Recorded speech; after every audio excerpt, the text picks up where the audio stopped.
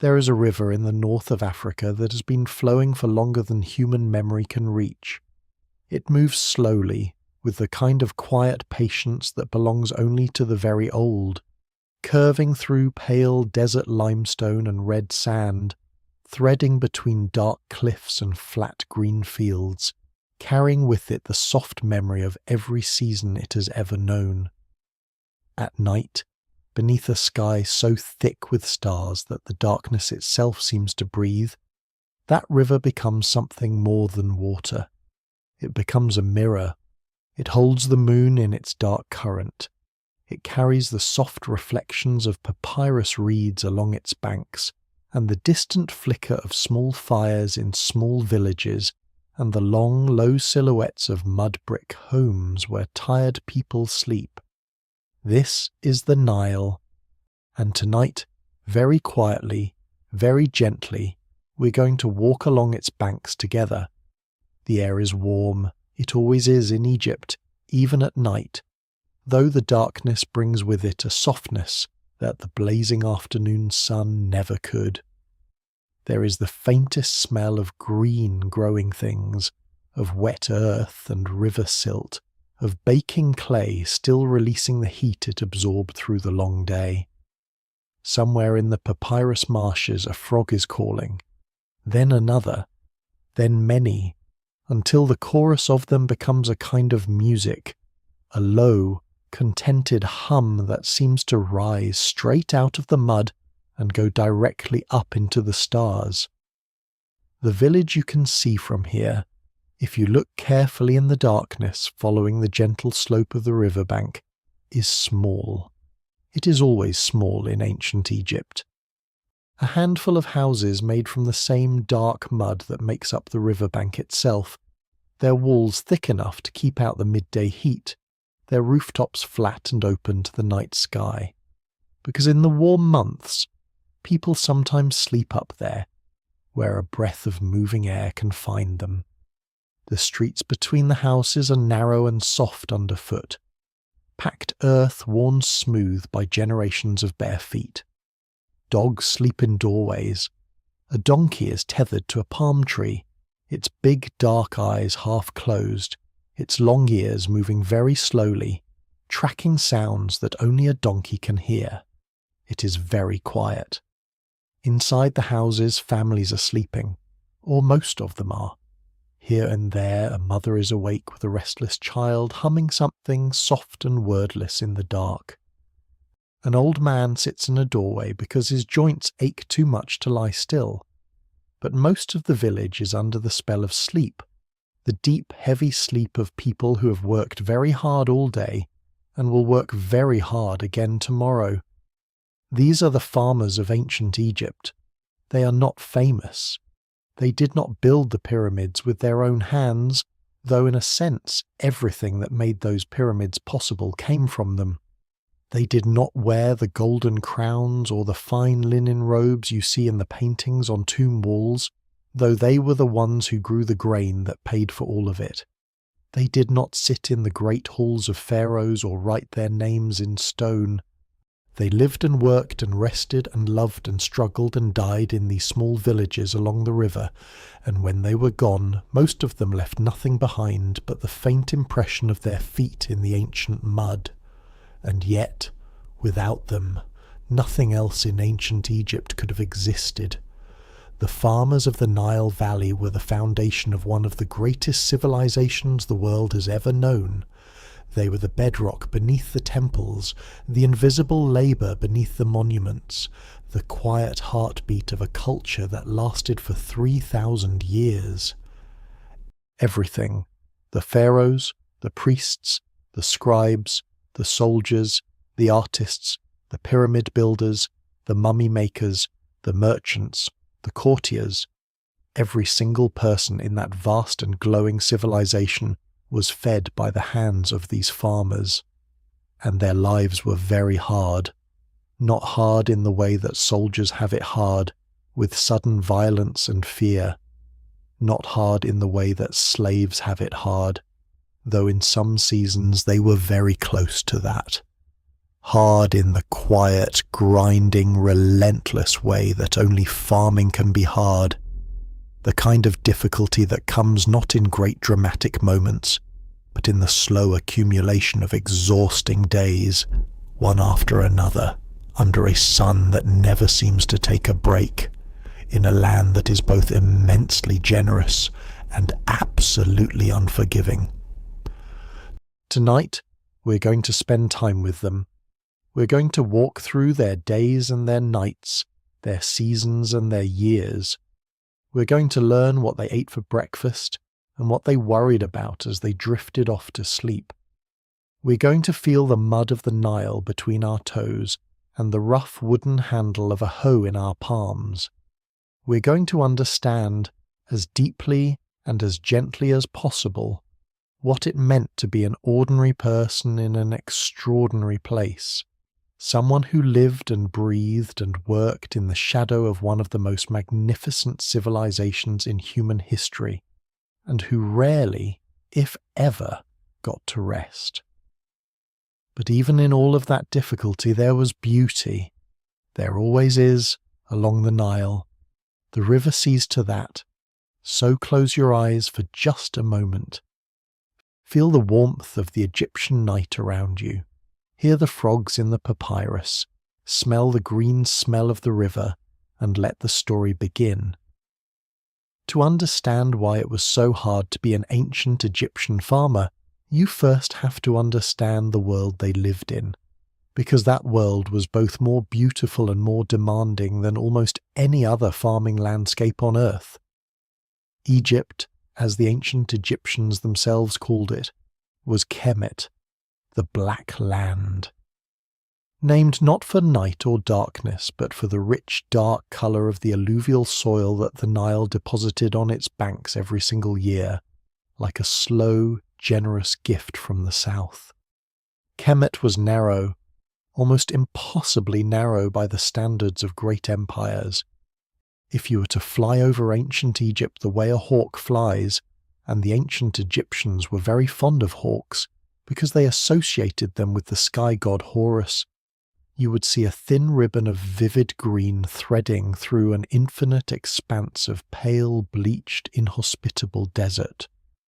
The Egyptians called that desert Deshret, the Red Land, and they feared it. Nothing lived there, nothing could. The sun turned it to bone. The green ribbon of life along the Nile was narrow enough that in many places you could stand at the edge of the cultivated fields and throw a stone into the desert. In some parts of Upper Egypt, the southern stretch of the river that runs toward what is now Sudan, the farmable floodplain was less than a mile wide on either bank. A farmer could walk from the edge of his fields to the edge of the desert in the time it took to drink a cup of water. That narrow band of green was everything. It was life itself. It was the only reason Egypt existed at all, and everything in it depended absolutely, completely, and without any negotiation whatsoever, on the annual flooding of the Nile. Every year, without fail, or rather, with a faithfulness that the ancient Egyptians found both reassuring and terrifying, the Nile rose. It rose because of rains in the Ethiopian highlands thousands of miles to the south, rains that the Egyptians themselves never saw and could not understand, but the effects of which they experienced every single year in the form of a rising, swelling, brown and turbid flood that crept up over the banks of their river and slowly, slowly covered their fields.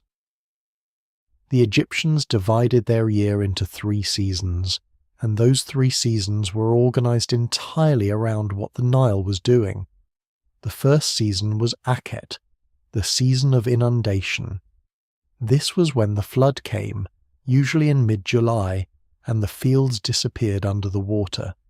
The second season was Pereh, the season of growing. This was when the waters receded and the farmers went back to their fields, ploughing and planting in the beautiful dark silt the flood had left behind. The third season was Shimu, the season of harvest. The dry months when the crops grew tall and golden, and everything was gathered in before the heat became too terrible, and the river began to rise again. 3 seasons, 3 enormous, all-consuming phases of life, and a farmer lived every hour of every day in relationship with them. The flooding was the key to everything, and the ancient Egyptians knew this with the intimacy of people who depend on something for survival.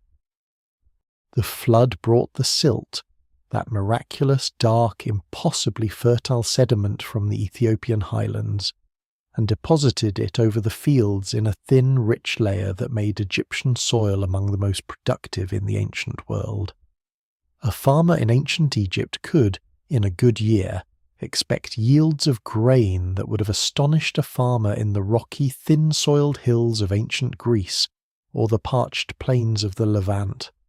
The Nile's gift was extraordinary. One planting of emmer wheat in newly flooded soil could produce tenfold the seed that was planted, sometimes more. But the flood was also the source of almost every anxiety, every hardship, every sleepless night that an Egyptian farmer ever had. Because the flood had to be exactly right. Too little, and the silt was thin, the soil dry, and the harvest failed. Famine followed. Not the gentle kind of hunger that makes a person feel uncomfortable, but real, devastating famine. Swollen-bellied children, desperate mothers, whole villages eating the seed grain they were supposed to save for next year's planting. There are records from periods when the Nile flood was too low for years in a row, and the descriptions are heartbreaking. Dogs eating bodies in the streets, people selling their children into servitude for a handful of grain, the very structure of Egyptian society cracking under the weight of hunger. Too much flood, and the disaster was different, but equally terrible. Waters that rose too high could wash away the mud brick walls of houses, drown livestock that couldn't be moved to higher ground in time, deposit so much sediment that the soil was too waterlogged and heavy to work properly, and destroy the irrigation channels and field boundaries that farmers had spent years building and maintaining. There are records of extraordinary floods that erased entire villages, that left the land covered in standing water so deep that when the waters finally receded, the growing season was already half over. And so the Egyptian farmer lived, always, between these two poles of catastrophe, praying, hoping, watching the level of the Nile each morning with the eyes that missed nothing, because the difference between a good year and a ruinous one could sometimes be measured in inches of water. They tracked the Nile's levels using devices called nilometers, stone columns or stairways cut into the riverbank marked with measurements, so that officials and ordinary people alike could watch the water rise and try to predict what kind of year was coming. Some of the ancient nilometers are still visible today, cut into the living rock at places like Elephantine Island near the ancient southern border town of Abu. Standing beside one of them, looking at the worn markings on the stone, you can almost feel the weight of all those anxious eyes that watched those same marks across thousands of years, trying to read the river's intention. Below the nilometer, a farmer would stand in the last cool of the early morning, watching the water's edge, doing the only calculation that mattered. Picture a farmer. Not the idealized farmer you see in Egyptian tomb paintings, the cheerful figure cutting wheat or driving oxen through neat rows of soil. That image, beautiful and serene as it is, was created by and for the elite, a way of depicting the pleasant, productive work of their estates. The real farmer was different. He was probably shorter than you might expect. Skeletal remains from ancient Egyptian farming villages show us that most of the population was not particularly tall. Years of hard physical labour from childhood, a diet that was adequate but rarely luxuriant, and the constant burden of disease all left their marks on bones. His shoulders were broad, his hands were rough and cracked. His back, and this is something the ancient medical papyri mentioned directly, his back ached almost all the time. He woke before dawn. There was no other way to survive. In a land where the midday sun could kill a man who worked without shelter, the only sensible strategy was to do as much work as possible in the cool hours of early morning, rest during the worst of the afternoon heat, and then work again in the long, golden evening light. This schedule was as fixed and certain as the rising of the sun itself. It did not change. It never changed. The pre-dawn hour in an Egyptian farming village had its own texture. The darkness was beginning to thin, becoming a dark, luminous grey at the horizon where the desert met the sky. The first birds were calling, the ibis, which the Egyptians associated with the wisdom of Thoth, god of knowledge, moved through the reeds along the river bank. Sparrows chattered from the rooftops. The occasional heron stood motionless at the water's edge like a thought that hadn't yet been spoken. The river was silver-grey and absolutely still. The farmer rose from his sleeping mat, usually a woven reed mat on the earthen floor of his home, or in warm months on the roof, and he dressed quickly. Clothing was simple. Most working men wore a short linen kilt, a rectangle of woven fabric wrapped and tied at the waist. Linen was everywhere in Egypt because flax grew along the Nile margins, and the Egyptians had been weaving it for thousands of years. The finest linen was reserved for the elite, but even a poor farmer usually had something decent to wear, rough woven, perhaps patched, but clean, because the Egyptians were fastidious about personal cleanliness, in a way that other ancient cultures sometimes weren't. Many farmers worked in nothing but the kilt and a cloth headdress to keep the sun from their necks. Before going to the field, there was breakfast of a kind. Beer. And you may smile at this, but it was a very different thing from what we think of as beer today. Egyptian beer was thick, almost porridge-like, brewed from partially baked barley bread and water, fermented for just a short time. It was nutritious more than intoxicating, a liquid meal as much as a drink, providing calories and hydration in a form that also happened to be safer than river water. There might be bread, flat, dense, made from emmer wheat ground with stone querns, always gritty with tiny fragments of stone because no grinding tool is perfect, which is why so many ancient Egyptian skulls show dramatically worn teeth. There might be onions or garlic, which the Egyptians ate in enormous quantities and which provided both nutrition and, they believed, a kind of fortifying strength. In good seasons there might be dried fish from the river or a few dried figs. Then the farmer went to the fields. The walk to the fields was not always short. Depending on the season and the layout of the land, a farmer might have fields in several different places, different parcels at different elevations along the floodplain, each of which might be cultivated at different times of year as the flood receded and the soil dried at different rates. He walked in sandals if he had them, sandals woven from papyrus or palm leaf, or barefoot if he didn't, which many couldn't afford. The fields themselves were divided into rectangular plots by low earthen embankments called bunds, which served to hold water in the basins formed between them and to mark the boundaries of different farmers' holdings. These field boundaries were very important. They were also, as we shall see, a constant source of anxiety and trouble. The work itself depended entirely on the season.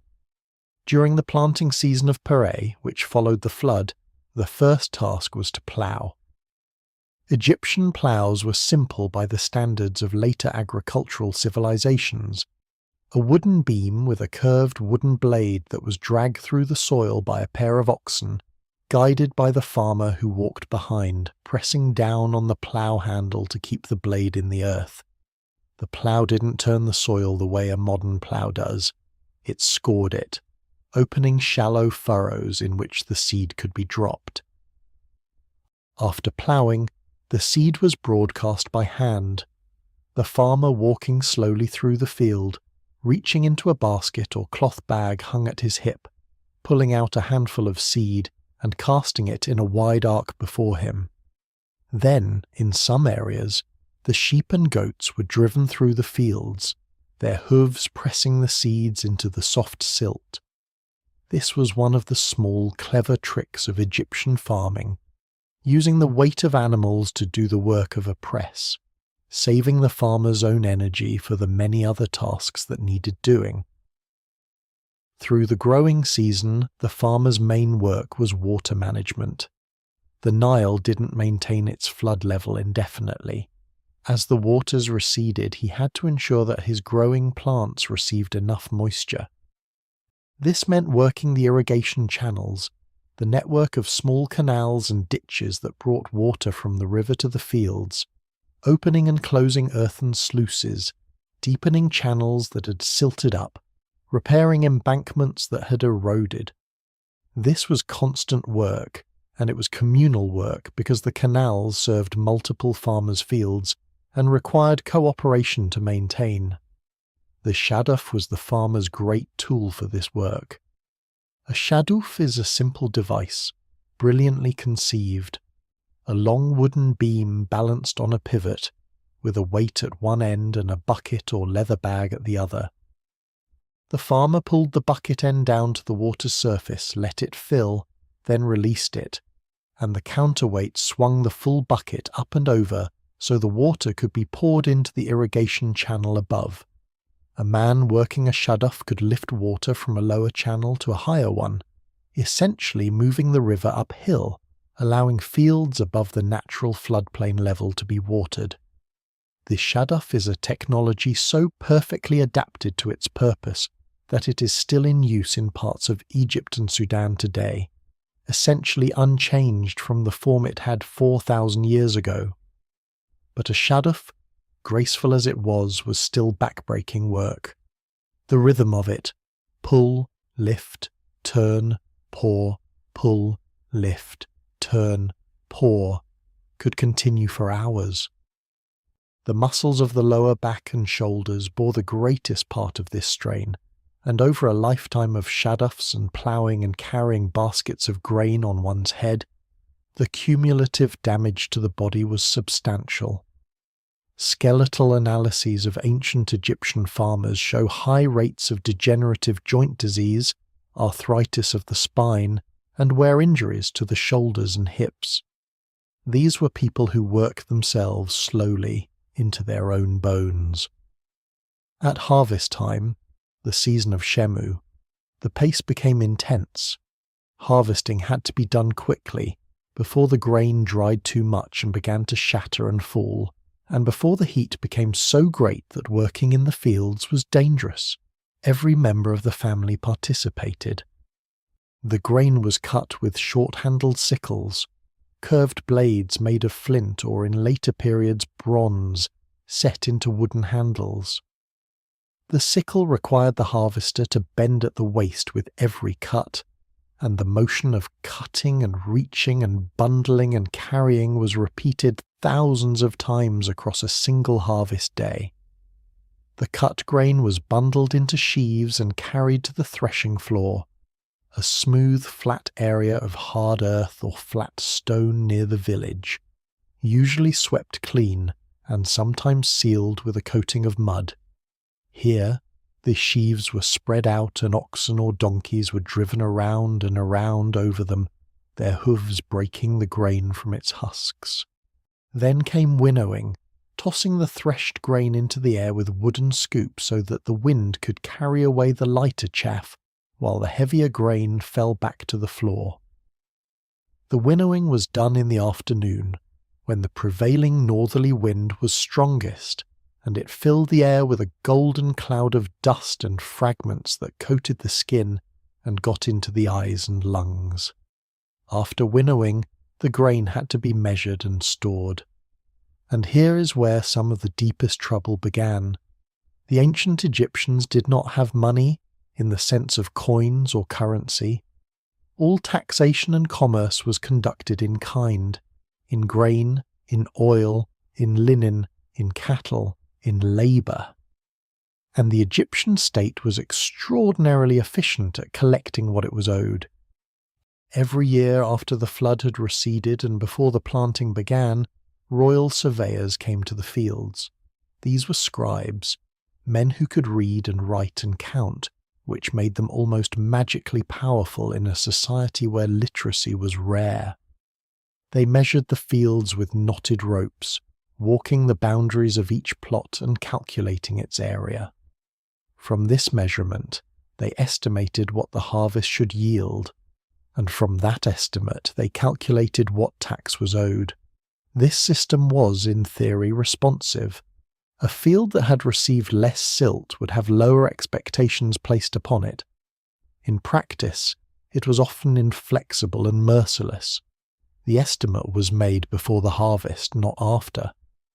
If the harvest came in lower than expected because of pests or disease or an unexpectedly dry growing season, the tax demand remained the same. The farmer was expected to make up the difference from his own reserves or from credit, from borrowing grain from neighbours or from temple granaries at interest, which could spiral into a cycle of debt from which some families never escaped. And the scribes came back after the harvest to collect. There is a remarkable ancient Egyptian document called the Satire of the Trades, a text written for the instruction of scribal students that sets out to prove that the life of a scribe is better than the life of any other worker. It describes, with considerable detail and not a little cruel humour, the miseries of various professions. And the description of the farmer's fate at the hands of the tax collector is one of the most vivid passages in all of ancient Egyptian literature. The text tells us that the farmer is exhausted and weak. The worms have eaten half his grain. The hippopotamus has consumed the rest. A real hazard, as we shall discuss. The field mice have been busy.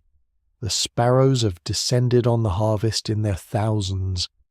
And then the scribe arrives with his measuring baskets.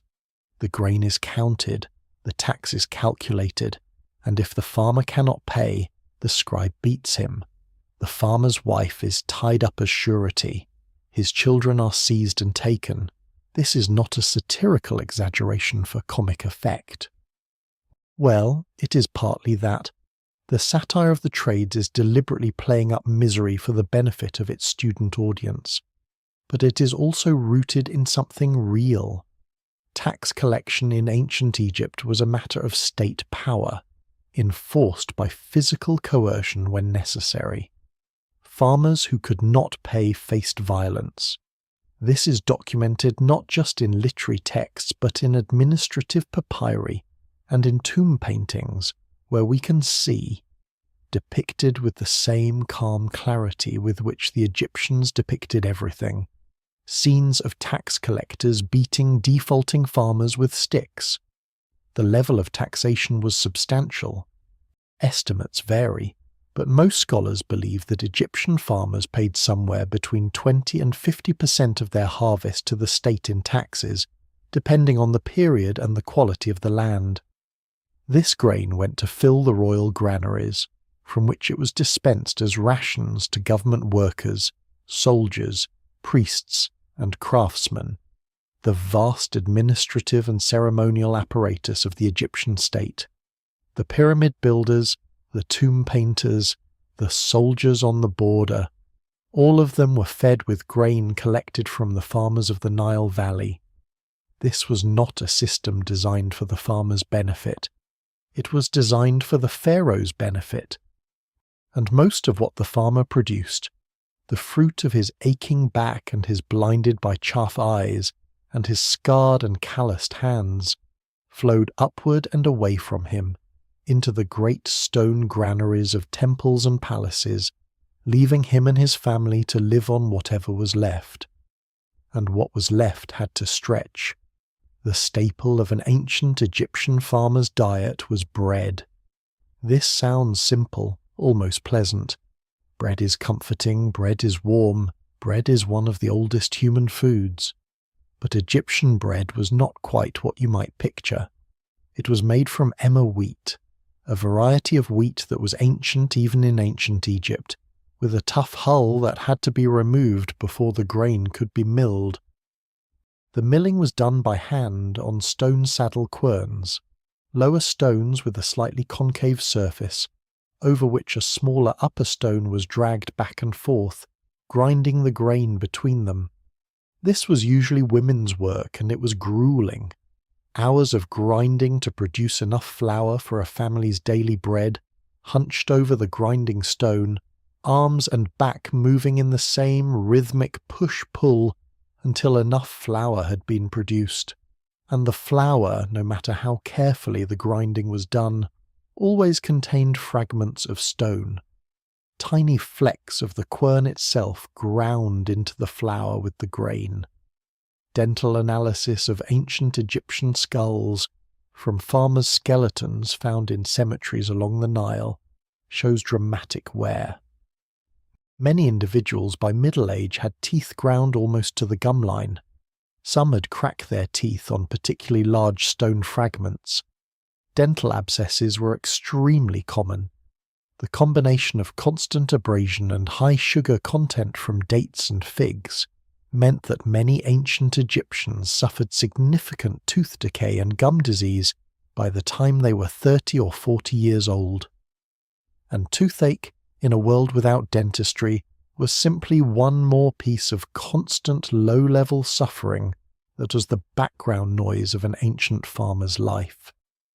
The bread was baked in clay pots, or on flat clay discs heated over fires, or in simple beehive-shaped clay ovens. It was dense and flat and filling, and it provided the bulk of the calories that kept a farming family alive and working. There were many types of bread. The ancient Egyptians were creative bakers, but the everyday bread of a farmer was not the elegant triangular loaves depicted in tomb paintings for the benefit of the wealthy dead. It was something rougher and more basic. Beer was equally fundamental. The Egyptians drank enormous quantities of it, for reasons that were both cultural and practical. The brewing process killed bacteria that would have made unprocessed river water dangerous to drink. Beer was nutritious in ways that water was not. It tasted better than the slightly silty, faintly organic-smelling water of the Nile, and crucially, it kept longer than plain bread, making it a useful stored food as well as a drink. The ordinary rations given to Egyptian workers, including those who built the pyramids, included a daily allocation of bread and beer, and this was considered the absolute baseline of acceptable sustenance. Beyond bread and beer, the farmer's diet depended heavily on what he could grow, catch, or scavenge. Onions and garlic were enormous. Ancient texts celebrate them. Ancient medical papyri prescribe them. Ancient tomb paintings depict them piled in offering heaps. They grew easily in the Nile mud and provided vitamin C and other micronutrients that helped stave off the worst effects of an otherwise limited diet. Leeks and other alliums were similarly common. Lentils and chickpeas were widely grown and eaten, good sources of protein in a diet where meat was rare. Cucumbers, lettuce, and other vegetables grew in kitchen gardens near the houses. Fish was a major source of protein for people who lived along the Nile, as many Egyptian farmers did. The river was full of fish: Nile perch, catfish, tilapia, mullet. Fishing was done with nets, with traps woven from papyrus, and with hook and line. The fish were either eaten fresh, which was a risk given the heat, or more commonly dried in the sun, laid out on flat rocks or wooden frames in the blazing afternoon, and left to desiccate in the hot dry air until they were hard and shelf-stable, and could be eaten weeks later. Dried fish had a powerful smell, which was simply part of the texture of life in an Egyptian farming village. Waterfowl were abundant in the marshes and could be caught with throw sticks or nets, and their eggs were gathered as a seasonal supplement. Wild fruits, dates, figs, sycamore figs, grew along the river's margins and in gardens, and were eaten fresh in season or dried for later. Doom palm nuts were a common snack. Honey, collected from wild bees or from simple box hives, was the primary sweetener and also had medicinal uses.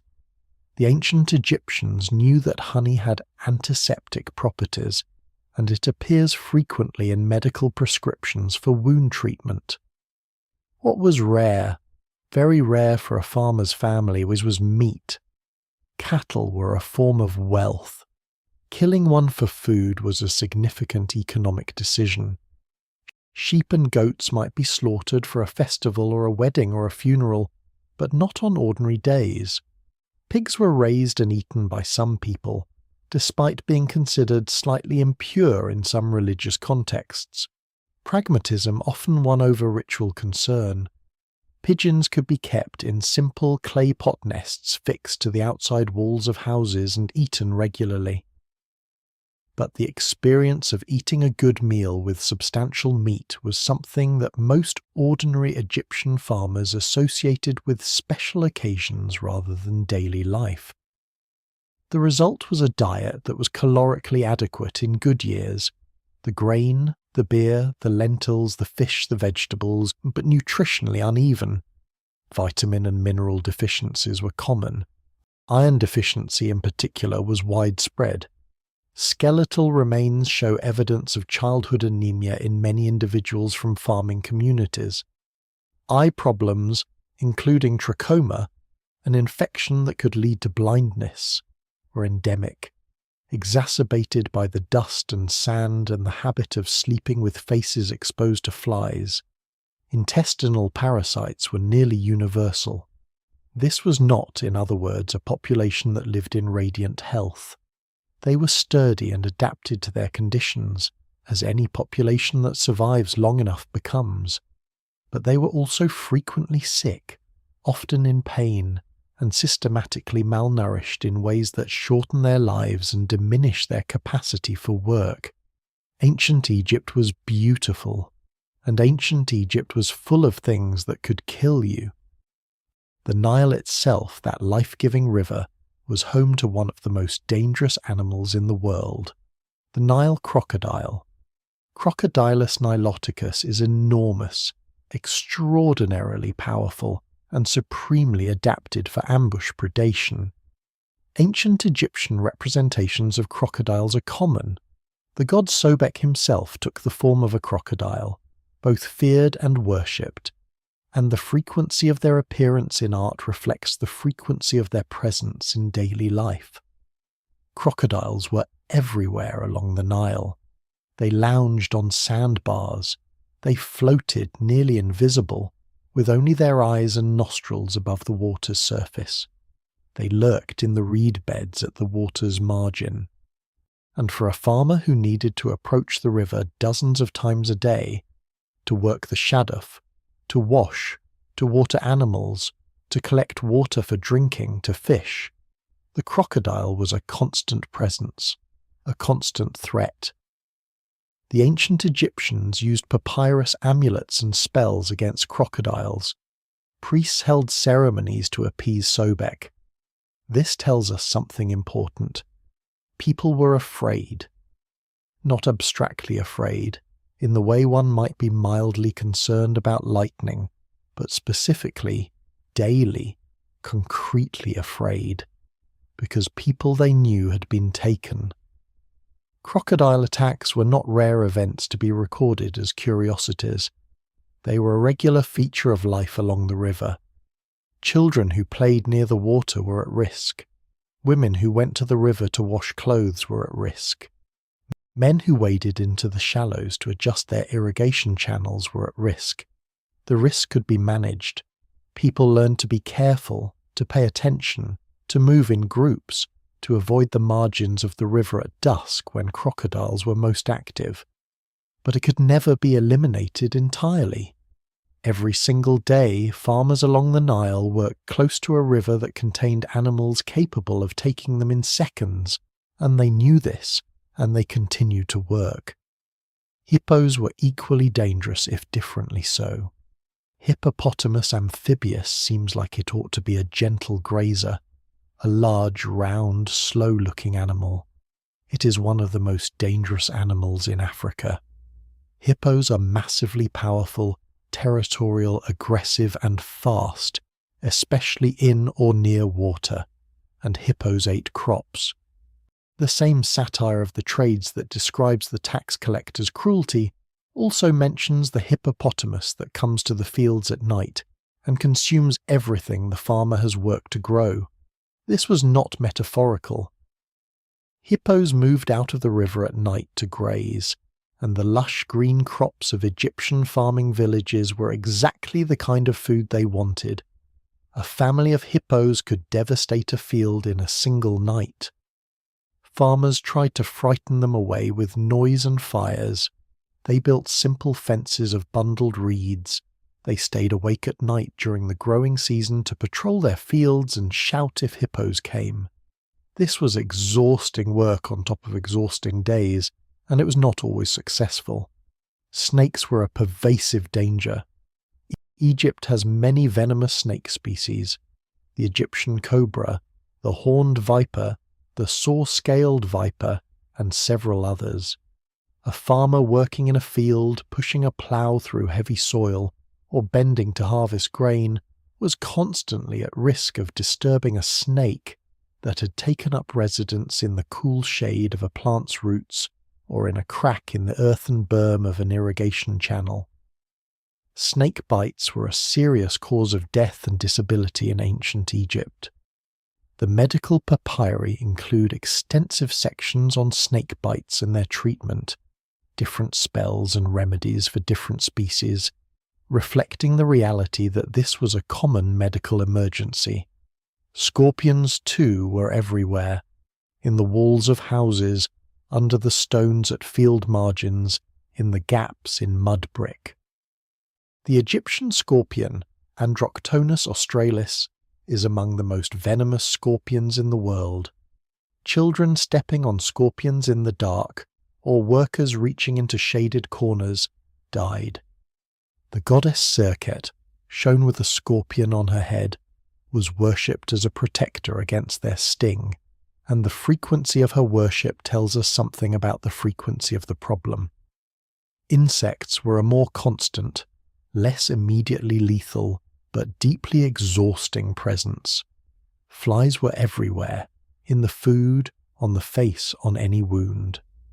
The ancient Egyptians used simple fly whisks made from palm leaves and practiced a level of vigilance around food that modern people might find obsessive.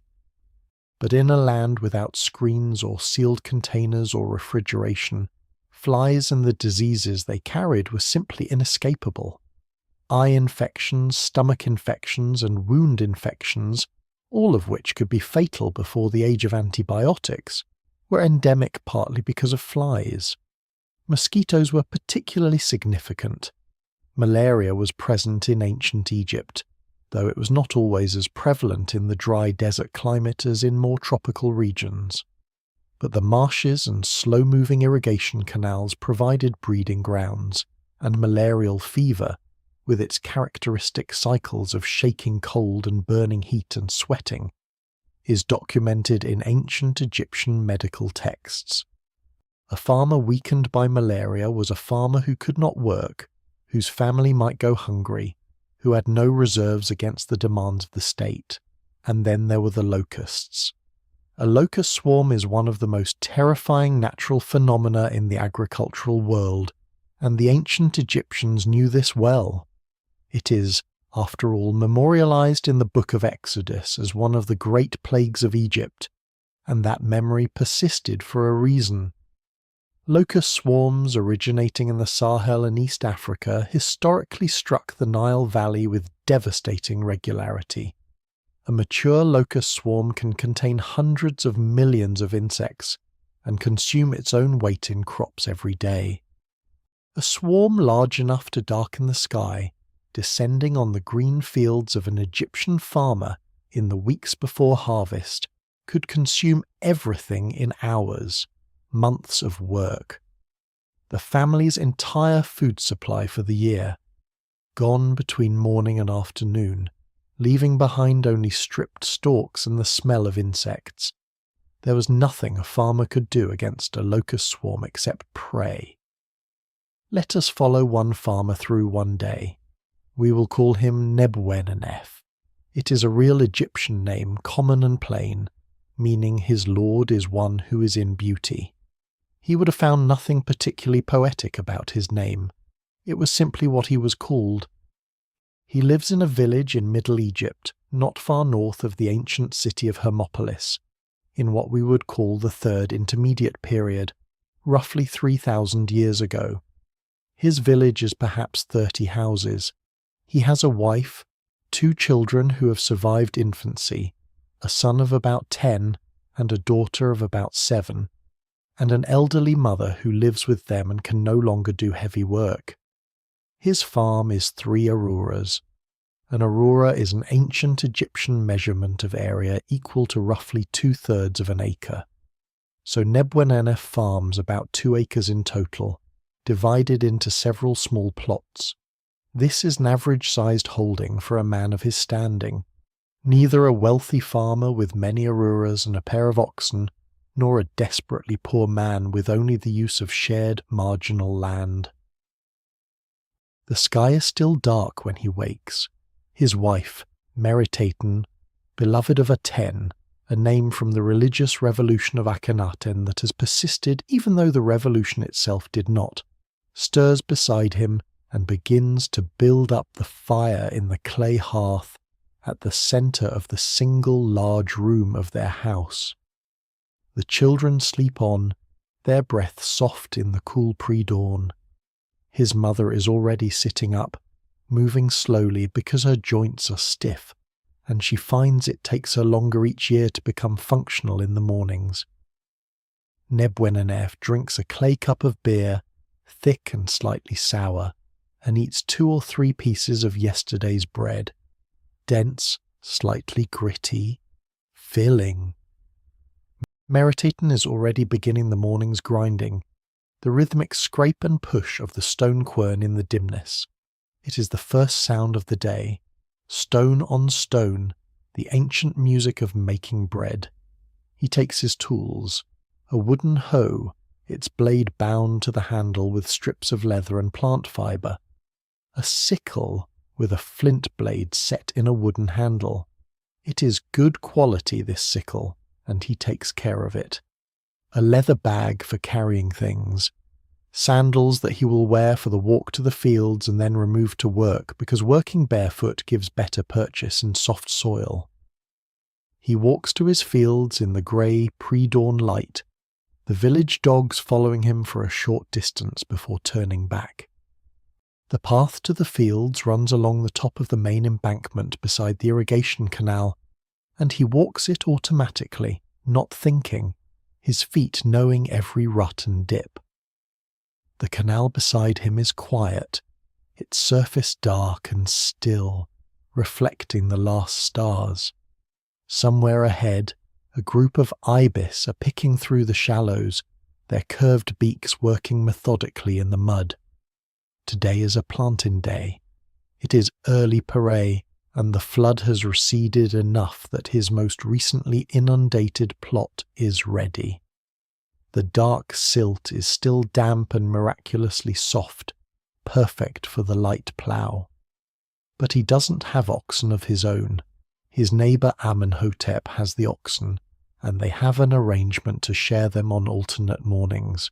Today is not his morning, so Nebwenenef will work with the hoe, breaking up the larger clods that the flood has deposited, smoothing the surface, creating the slight furrows into which he will broadcast his emmer wheat seed. He works the hoe for 2 hours, moving steadily down the length of his plot. The rhythm of hoeing is demanding. Lift, swing, drive the blade into the earth, pull it toward you, break the clod, step forward, repeat, and it heats him quickly despite the cool air.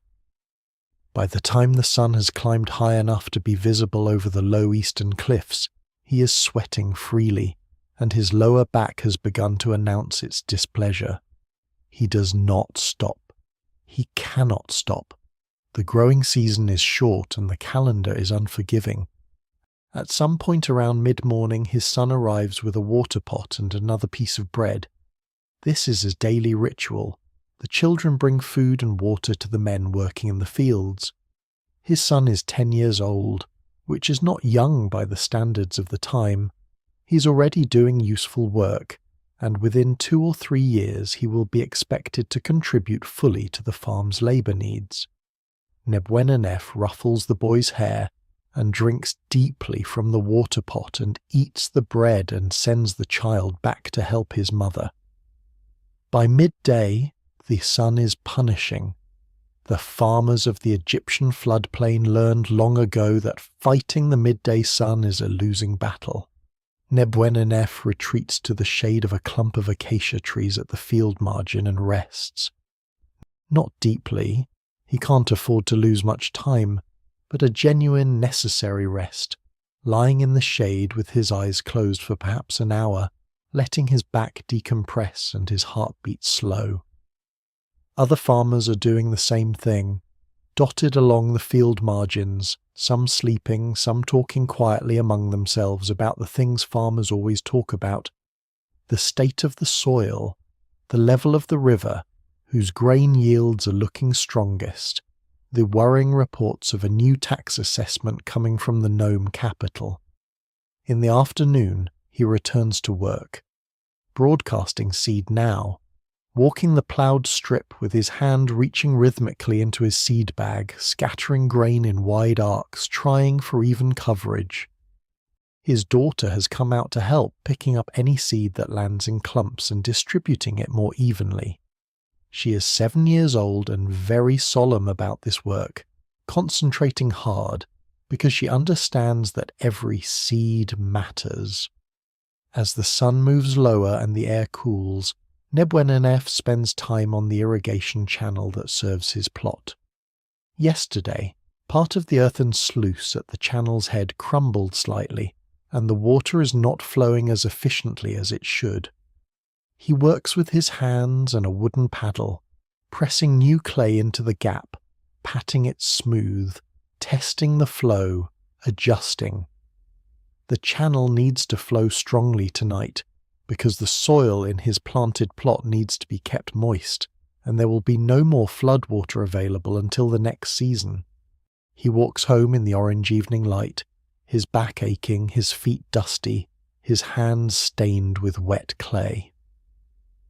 The village smells of cooking fires and animals and the earthy, slightly fermented smell of the grain storage jars.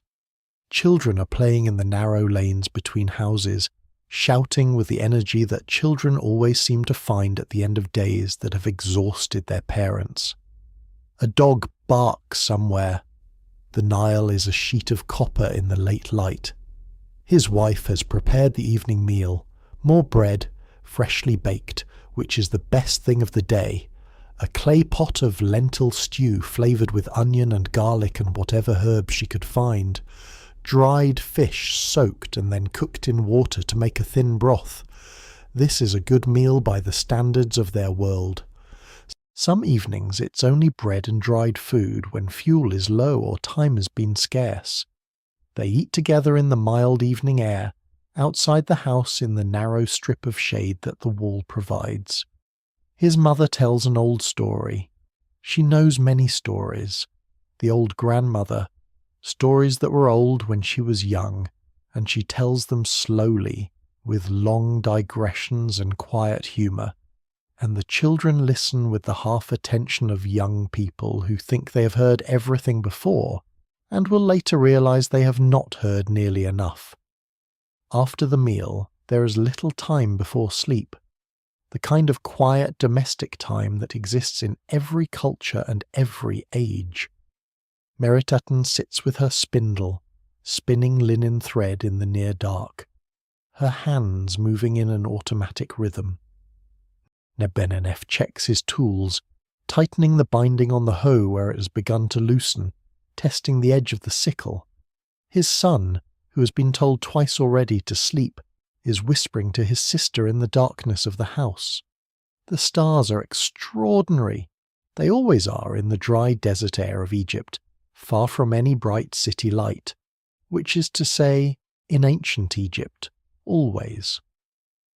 The sky overhead is not black but a deep, luminous blue-black, so crowded with stars that the Milky Way is not a subtle smear, but a vivid textured band, almost bright enough to cast shadows. The ancient Egyptians were deeply attentive to the sky. They mapped the stars, named the constellations, used the rising and setting of particular stars to mark the passage of the agricultural calendar.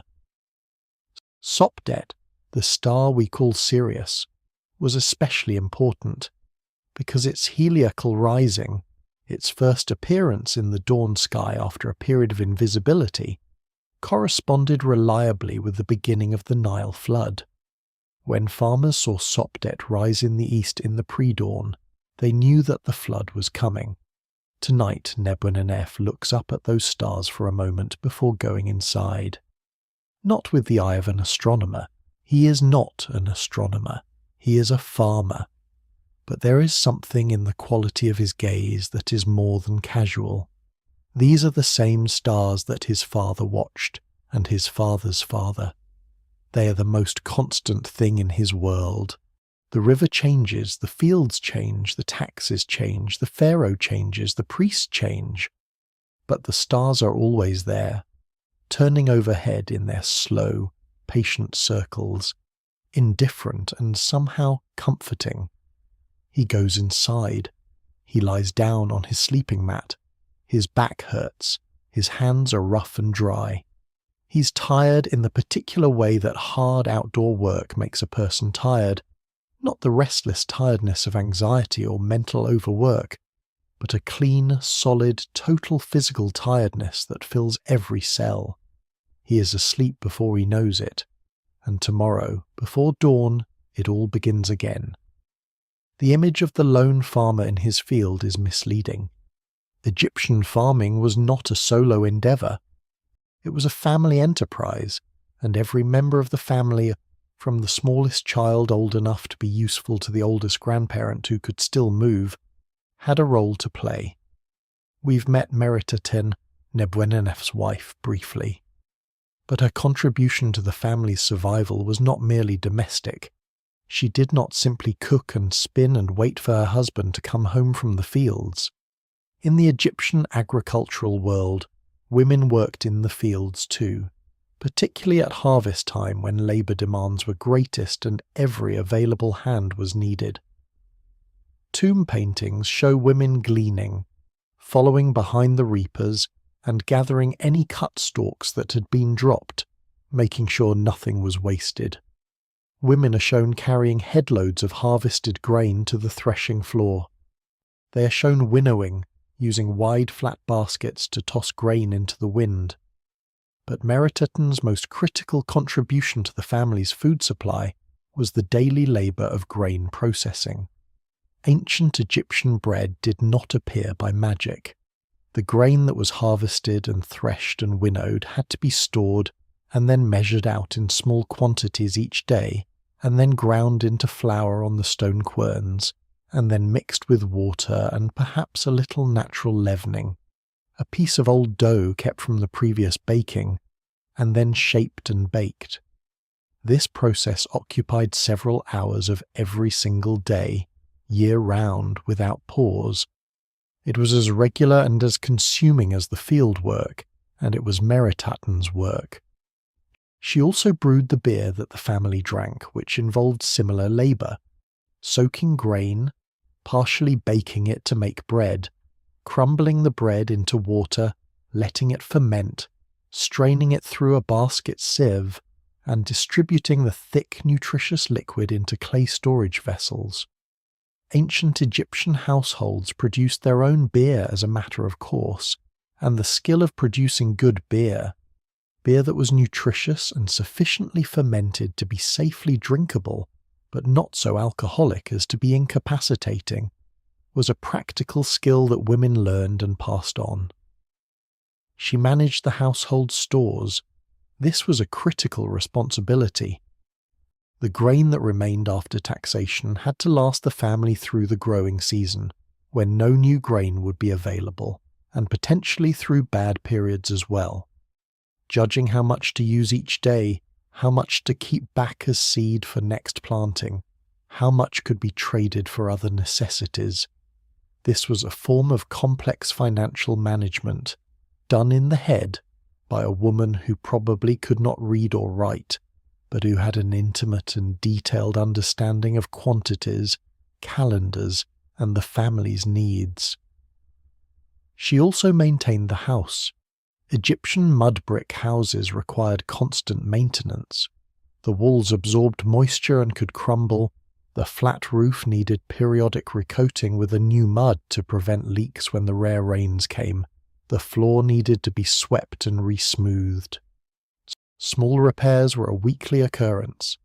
The house itself was a piece of technology that needed tending, and that tending was part of Meritaten's work.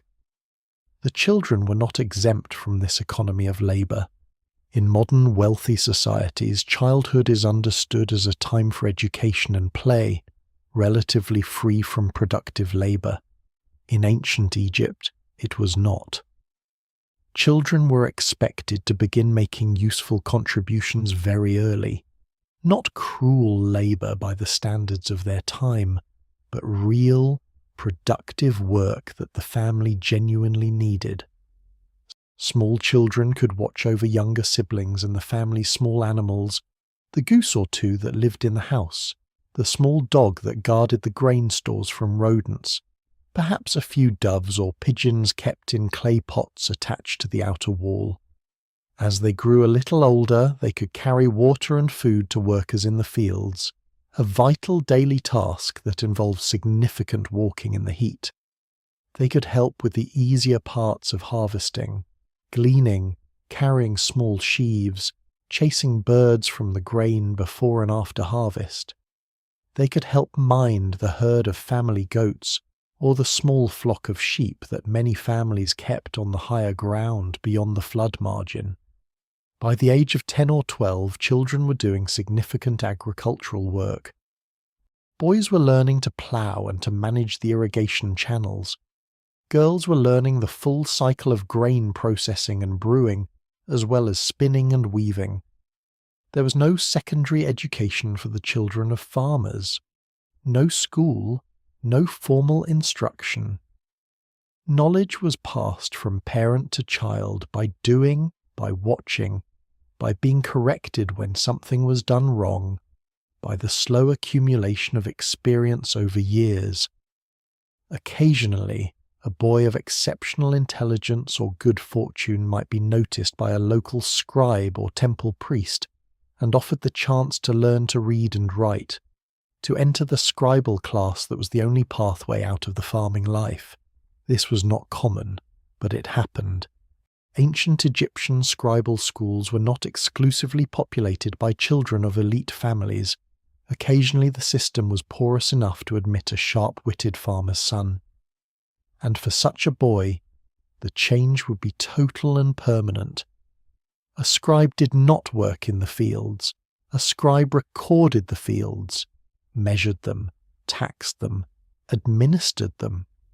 The scribal life was hard in its own ways, but it was a different kind of hard, and it was one that the farmers themselves recognized as a step above their own condition.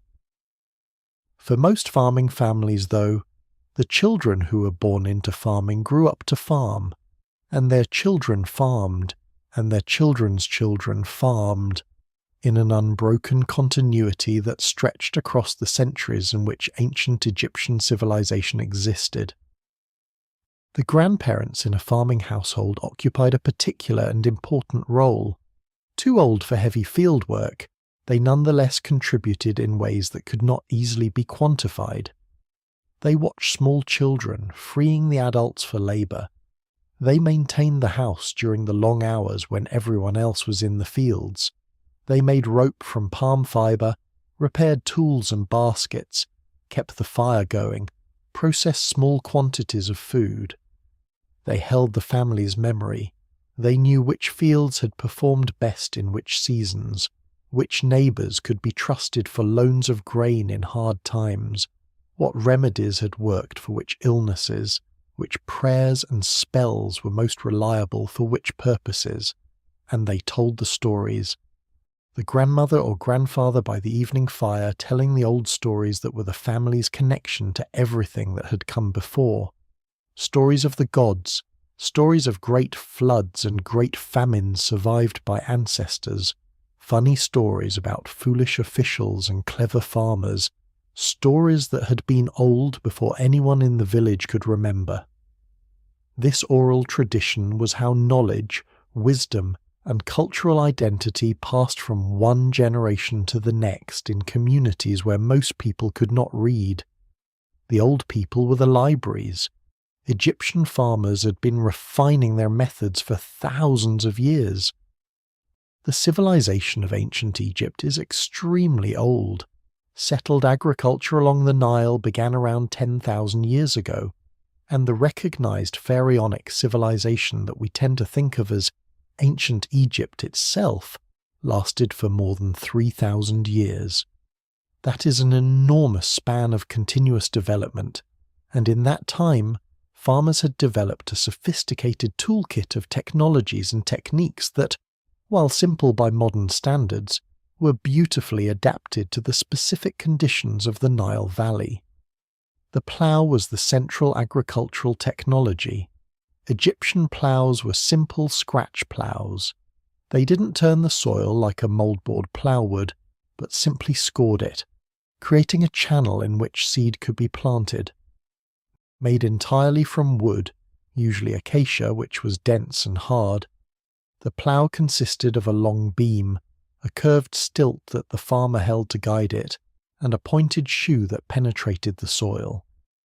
Because Egyptian flood-deposited soil was soft and rich, a deep plough wasn't necessary.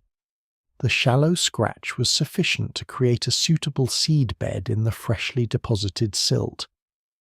In harder soil, where the flood had been lighter, or where the ground was slightly elevated and had dried more, farmers used hoes instead.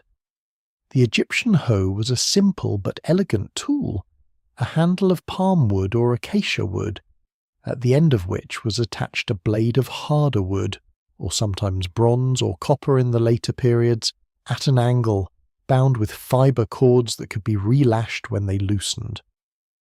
The hoe's characteristic motion, the downward pull rather than the push forward of a spade, was optimally suited to the Egyptian farmer's posture and to the task of breaking the surface crust of drying silt.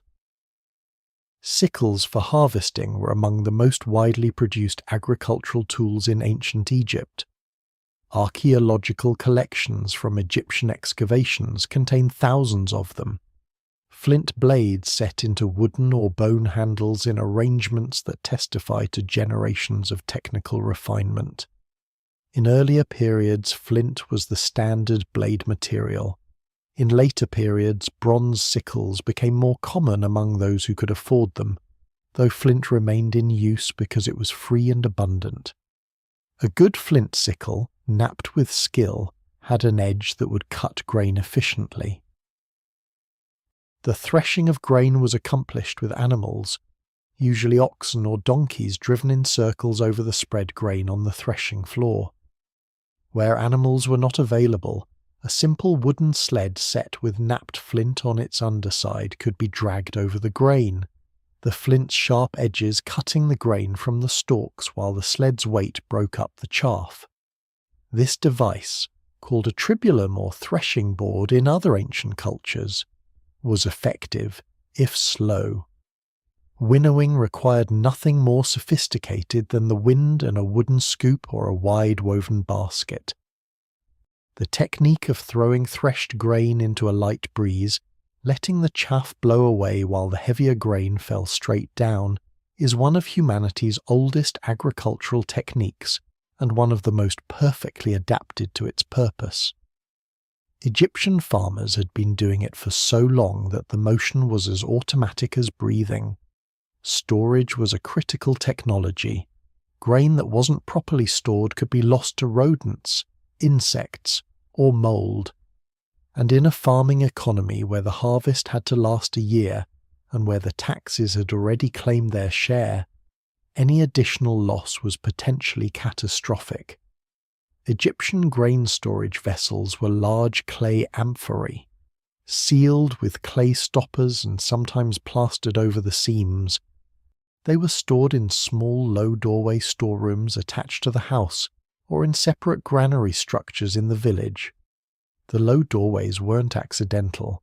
They forced anyone entering the storage room to bend down, slowing entry and making it harder for rodents to move in and out freely. The shaduf, which we've already discussed, deserves more attention. It is one of ancient history's most elegant pieces of engineering, a device that accomplishes a physically challenging task through pure mechanical advantage, requiring no materials other than wood and clay and the weight of a stone. The shaduf appears in Egyptian records around 2000 BCE, which is to say, it was ancient even in what we think of as ancient Egypt, and it revolutionized irrigation by allowing farmers to cultivate land above the flood line, essentially extending the agricultural footprint of the Nile Valley. A line of shadufs, positioned in stages up a slope, could lift water from the river to fields many feet above the natural flood level, dramatically increasing the productive area available to farming communities. Small, clever adaptations to the specific challenges of the Egyptian environment showed up everywhere. Farmers learned to plant different crops at different elevations along the floodplain, so that the ones closest to the river matured earliest, while the ones on the slightly higher ground farther from the flood's maximum reach matured later, effectively extending the harvest period and managing the risk that a single weather event or flood anomaly might destroy everything at once. They planted windbreaks of palm trees to reduce the rate at which moisture evaporated from their fields. They used night soil, human and animal waste, as fertilizer, augmenting the Nile's own silt. They kept track of which plots produced the best yields over years and planted them with the most critical crops. They saved the best grain from the best plants as next year's seed, practicing a form of selective breeding so gradual and so instinctive that they would never have had a name for it. These were not primitive people. They were experienced, knowledgeable, and deeply adapted to their specific environment. Within the constraints they faced, the demands of the state, the unpredictability of the river, the limitations of their tools, they were extraordinarily competent.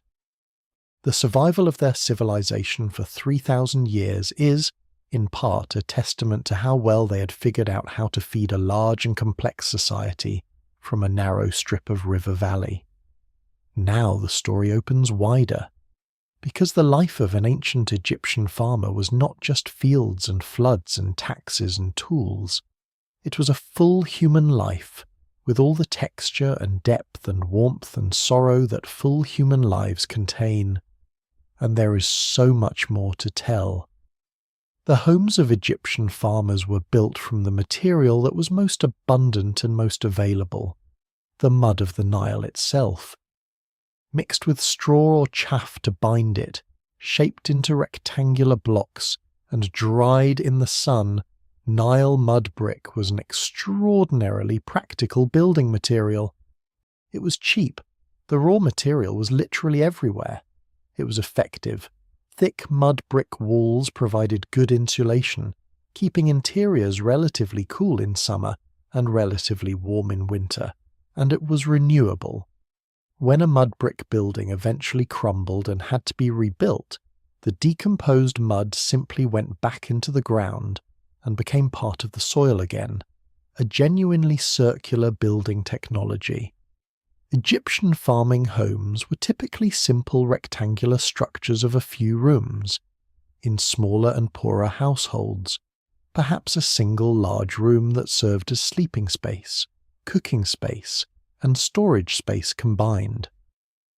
Wealthier farmers might have separate rooms for sleeping, cooking, and grain storage, and a small enclosed courtyard at the back where animals could be kept at night, protected from theft and from the casual violence of crocodiles that sometimes came far up the banks of river channels in the flood season. The floors were earthen, often packed hard and smooth by years of feet crossing them, sometimes covered with woven reed mats. The walls were sometimes plastered with a thin layer of white gypsum plaster, both for neatness and to make them easier to clean. Simple niches in the walls held household goods, oil lamps, small storage jars, amulets, and figurines of household gods. A small raised area in the corner might serve as a sleeping platform, getting the sleepers up off the floor and away from scorpions and other crawling hazards. Windows were small and high in the walls, functionally positioned to admit light without admitting too much heat. There were no glass windows. The opening might be covered with a woven reed screen in the cooler months. The door was usually a simple wooden frame hung with a mat or a wooden panel. Heavy stone or bronze door fittings were for more substantial buildings. The roof was flat and constructed from wooden beams, palm trunks if available, acacia wood otherwise, laid across the tops of the walls and covered with a layer of bundled reeds, over which a thick layer of dried mud was applied.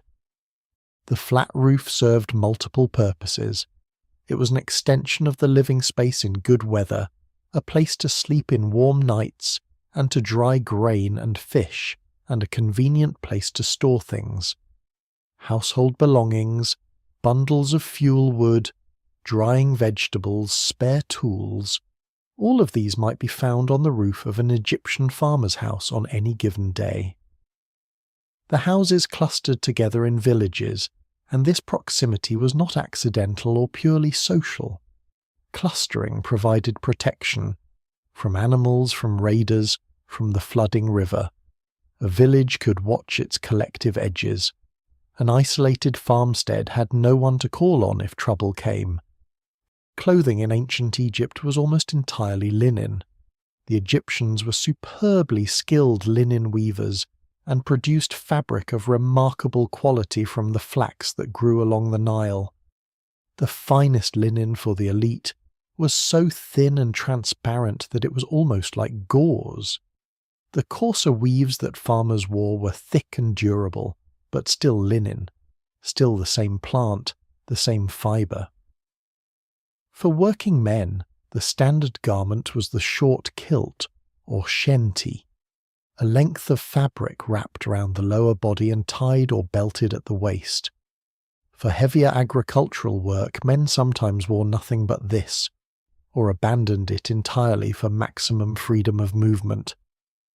Women wore simple sheath dresses, long garments that covered from shoulder to ankle, often with a pair of shoulder straps rather than proper sleeves.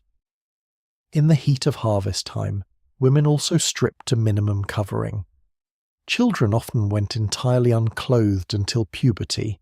This is very well documented in Egyptian art, where the depiction of naked children with the characteristic side lock of hair, a long lock left to grow on one side while the head was otherwise shaved, is a conventional indicator of childhood, regardless of social class. Personal cleanliness was taken seriously. The ancient Egyptians washed frequently, using natron, a naturally occurring salt compound abundant in Egypt, as a cleansing agent. They used oils and fats to protect their skin from the drying effects of sun and wind and sand. Eye makeup, the famous kohl that we associate with Egyptian art, was worn by both men and women of all classes, and it was not purely decorative. Kohl has antibacterial properties and also reduces the reflection of harsh sunlight, both of which were practically valuable in the Egyptian environment. Even poor farmers, it seems, used eye makeup because the protection it offered was too valuable to be left to the wealthy. Hair was managed carefully. Lice were a perennial problem, and Egyptian combs, finely toothed wooden or bone combs specifically designed to remove lice from hair, are found in archaeological contexts of all social levels. Many people simply shaved their heads and wore wigs of human hair or plant fibre on occasions when appearance mattered, which was a more effective solution to lice than combing. Working farmers in the field might go bareheaded, protected from the sun by a cloth headdress, or simply by working before and after the worst heat, or wear simple hair coverings. The ancient Egyptians lived in an intensely religious world. The gods were not distant and abstract, but immediate and relevant. They governed the flood, the harvest, the weather, the health of children, the approach of crocodiles, the danger of childbirth, the growth of grain. A farmer who did not attend to religious observance was a farmer who was inviting catastrophe, not as a matter of theology, but as a matter of practical management of a world in which supernatural forces were as real and present as the river. The great state religion of ancient Egypt, the grand ceremonies in the magnificent temples of Karnak and Luxor, the elaborate rituals before the cult statues of Amun and Ra and Osiris and Isis, was largely the preserve of the elite, the priests, the pharaoh, the court. Ordinary farmers had limited access to those great temples, and the daily temple liturgy was conducted behind closed doors by a professional priestly class. But ordinary farmers had their own religious life, and it was rich and constant. Household gods were primary. In the corner of almost every farming house there was a small shrine, a niche in the wall holding a clay figure of a protective deity. Bes, the dwarf god with the lion face and the feathered crown, was one of the most beloved household deities, a protector of women in childbirth, a guardian of children, a fighter against evil spirits and nightmares. Taweret, the pregnant hippopotamus goddess who combined features of hippopotamus, crocodile, and lion, was another protector of mothers and children. Small clay figurines of these gods were mass-produced and affordable even for poor families. They are among the most common objects found in excavations of Egyptian domestic sites. Amulets were worn by everyone. Small carved figures of protective animals and gods, the Eye of Horus for protection from harm, the scarab beetle representing transformation and luck, the jed pillar representing stability, the ankh representing life, were made from faience, the turquoise-blue glazed material that the Egyptians produced in enormous quantities, and they were worn on cords around the neck or wrist. A farmer going to his fields wore amulets. His children going to collect water wore amulets. His wife going to the river to wash wore amulets. They were not primarily decorative, though they were beautiful. They were insurance. They were the equivalent, in the ancient Egyptian psychological economy, of taking reasonable precautions. Prayers were a daily practice.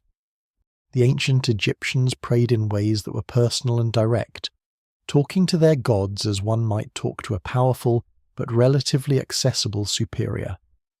Texts found on ostraca, potsherds used as informal writing surfaces, include private prayers, petitions to local gods asking for help with specific problems, a sick child, a quarrel with a neighbour, a fear about the upcoming flood. These prayers were not formal liturgy, they were personal communication, the quiet murmuring of ordinary people in intimate relationship with their divine world.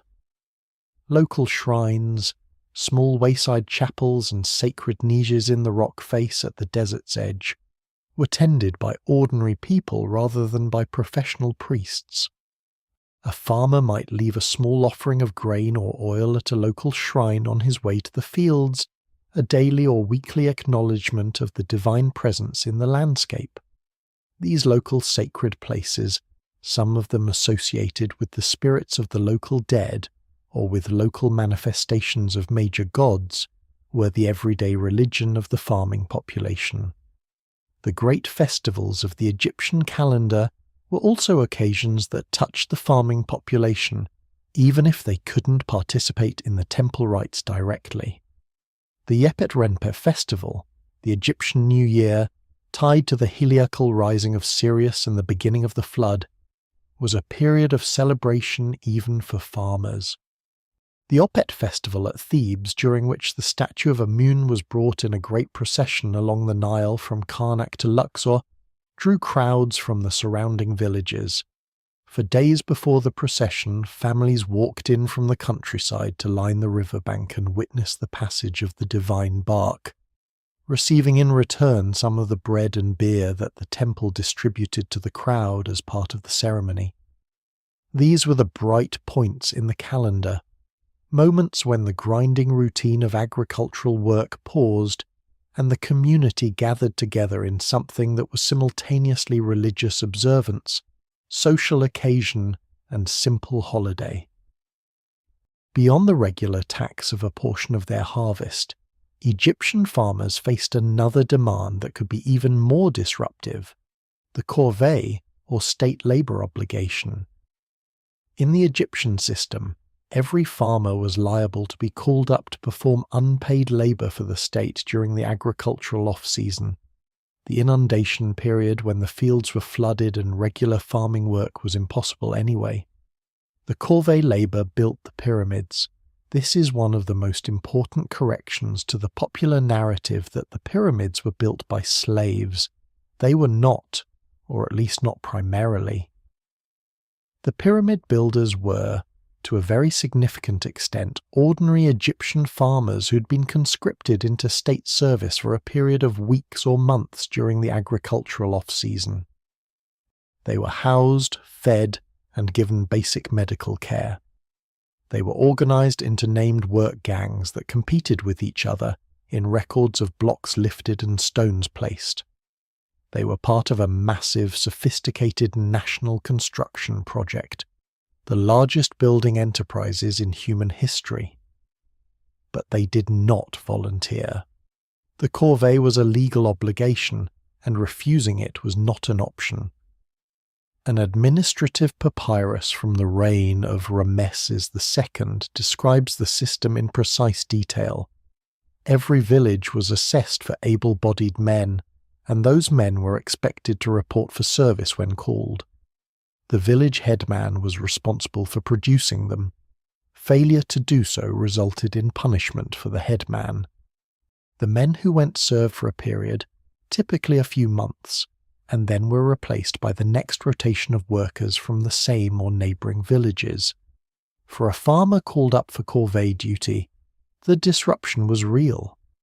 He left his farm and his family during a period when, even if the fields were flooded, there was essential preparatory and maintenance work to do: repairing irrigation channels, maintaining tools, preparing seed grain, working on the house. His wife and children and aged parents had to manage without him. The state provided his food during the service, but his family had to feed themselves from the farm's existing stores. In a year when the harvest had been marginal, the absence of the family's primary labourer during the flood months could tip a household from difficult to desperate. The ancient Egyptians who built the pyramids are often romanticized as proud contributors to their civilization's glory. And perhaps some of them were, or became so, in the way that soldiers who have served their country sometimes look back with pride on difficult times. But in the moment, a farmer dragged from his modest home in his Nile Valley village to haul stone blocks in the desert for a construction project that would benefit no one in his immediate world, the priest class that would conduct the funeral, the pharaoh himself who would rest in the result, was not experiencing his life as glorious. He was away from his family, doing hard physical labor under supervision, eating state rations and waiting to go home. Despite everything, the taxes, the floods, the labor obligations, the insects, the crocodiles, the aching backs, and the worn teeth, Egyptian farming communities were communities in the full sense of the word. People knew each other. People helped each other. People celebrated and mourned together. Mutual aid was a practical necessity. No single family could manage all the crises that rural life could produce. An injured father during harvest, an illness sweeping through a household at a critical time, a locust swarm that wiped out one family's crops while leaving a neighbour's barely touched.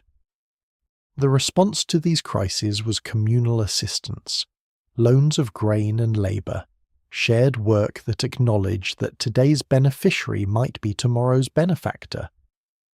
The village headman, the NBTY, or, in later periods, the mayor, Egyptian H3TY-backtick, was a key figure in managing these communal relationships. He was typically a somewhat more prosperous farmer himself, often able to read and write, or at least to deal with the scribal class with some confidence, and he served as the interface between the village and the state, receiving tax demands, organizing corvée labor, mediating disputes between villagers over water rights or field boundaries, and in some sense guaranteeing the collective good behavior of his community to the authorities above him. Field boundary disputes were among the most common sources of conflict in Egyptian villages. After each flood receded, the earthen berms that marked the boundaries of fields had been softened and sometimes shifted by the water. Ambitious neighbours might accidentally re-establish their berm a foot or two over their neighbour's line. Scribal surveyors came to re-establish boundaries after each flood, but this was not a perfect process, and disputes were frequent enough that there is a significant body of ancient Egyptian legal documentation recording boundary arbitration. Water rights were similarly contentious. The irrigation channels that fed multiple farmers' plots required cooperation to build and maintain, but also created tensions about who had the right to draw how much water and when. A farmer who diverted more than his share of water from a shared channel deprived his neighbour's crops of moisture. These conflicts could become bitter. There are Egyptian legal texts recording disputes about water access that had apparently lasted for years and involved multiple generations of a family. And yet, community bonds held. Weddings brought the whole village together. Funerals were communal events at which the collective grief of the community was expressed openly and loudly. Professional mourners were hired for wealthier funerals, their extravagant lamentation marking the importance of the deceased. But even the poorest funeral was attended by neighbours and friends who came to see the dead properly honoured. It would be a mistake to leave the impression that an Egyptian farming village was nothing but labour and suffering. Hard as the life was, it was also a life that contained music and storytelling and laughter and love. The ancient Egyptians were musical people. Tomb paintings from all periods show musicians playing at feasts and celebrations, harps, lutes, flutes, clappers, sistrums, drums. And while the elaborate musical performances we see in elite tomb paintings were not the daily entertainment of a farming village, the impulse toward music that produced those performances was not exclusive to the wealthy. Ordinary people had their own music, simpler, often vocal, often tied to the rhythms of work. Work songs are one of the oldest forms of human musical expression, and the ancient Egyptians had them.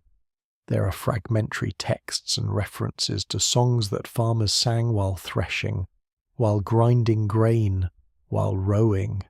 Songs with simple repeated lines and rhythms that matched the physical pace of the work. The threshing song was apparently well enough known that it was referenced in literary texts. The grinding song, sung by women at the quern, is mentioned in text from multiple periods.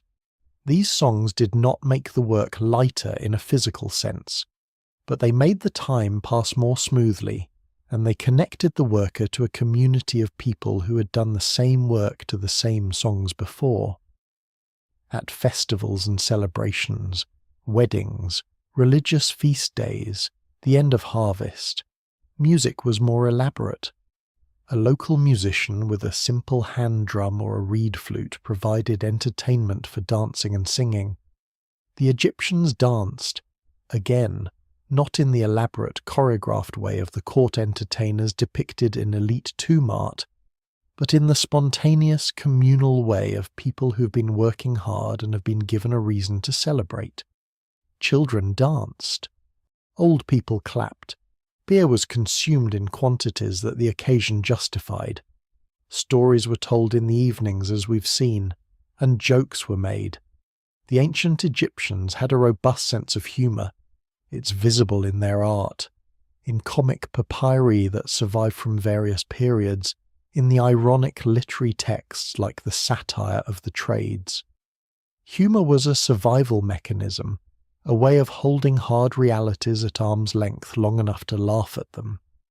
In the long history of ancient Egypt, there were periods when the Nile did not flood properly, not for 1 year, but for many years in succession.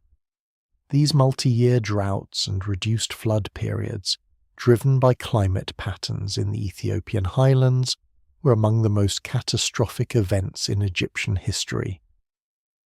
The first intermediate period, roughly 2200 to 2050 BCE, was one such time. After the collapse of the Old Kingdom, the period of pyramid-building glory, Egypt descended into a period of political fragmentation and catastrophic famine. The autobiographical inscription of a man named Anktifi, a regional governor of the period, describes conditions of such terrible hunger that people were reduced to eating their own children. This is almost certainly rhetorical exaggeration. The Egyptians used extreme language to emphasize extreme situations, but it points to real, profound suffering. The signs of that suffering are visible in the archaeology.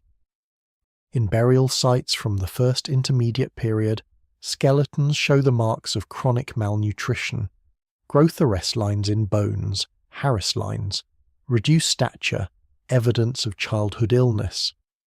The tombs of the ordinary people from this period are simpler and poorer than those of the preceding dynastic periods. The infrastructure of irrigation canals, temple estates and state granaries that had provided some buffer against bad years had broken down along with the central state that maintained it. For a farmer alive during these years, the world must have seemed to be ending. The flood, which had come reliably year after year since before memory, was failing. The granaries were empty or controlled by local warlords who kept them for their own supporters. The familiar cycle of life along the Nile was broken, and there was nothing to do but try to survive from one day to the next, eating whatever could be found, hoping that next year would be different. Eventually it was. The Nile came back. The flood returned. A new dynasty reunified Egypt. The granaries were rebuilt, the canals were redug, the temples were restored, and the cycle began again. Farming villages that had been devastated slowly repopulated, rebuilt, returned to the work. The resilience of this system, the capacity of Egyptian civilization to sustain catastrophic shocks and reconstitute itself, was rooted in the adaptations of the farming community. The farmers knew their land, they knew the river. They had techniques and tools and social structures that preserved agricultural knowledge across periods of breakdown. When the state collapsed around them, they kept farming as best they could. When the state reconstituted itself, the farmers were still there, their hands in the same soil, their eyes on the same river. One of the most remarkable texts in ancient Egyptian literature is the story known to scholars as the Tale of the Eloquent Peasant.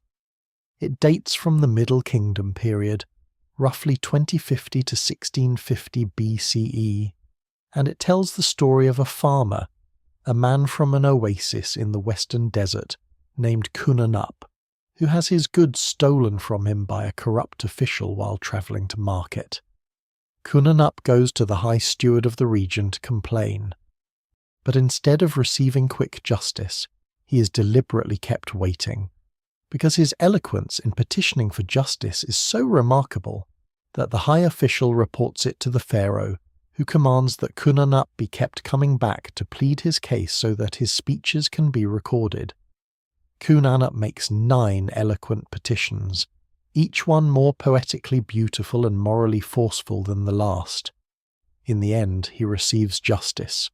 The corrupt official is punished and his property restored. The story is fascinating on many levels. It tells us that even ordinary farmers, even people from the margins of Egyptian society, from a desert oasis, people without status or influence, were understood to be capable of profound moral reasoning and eloquent expression.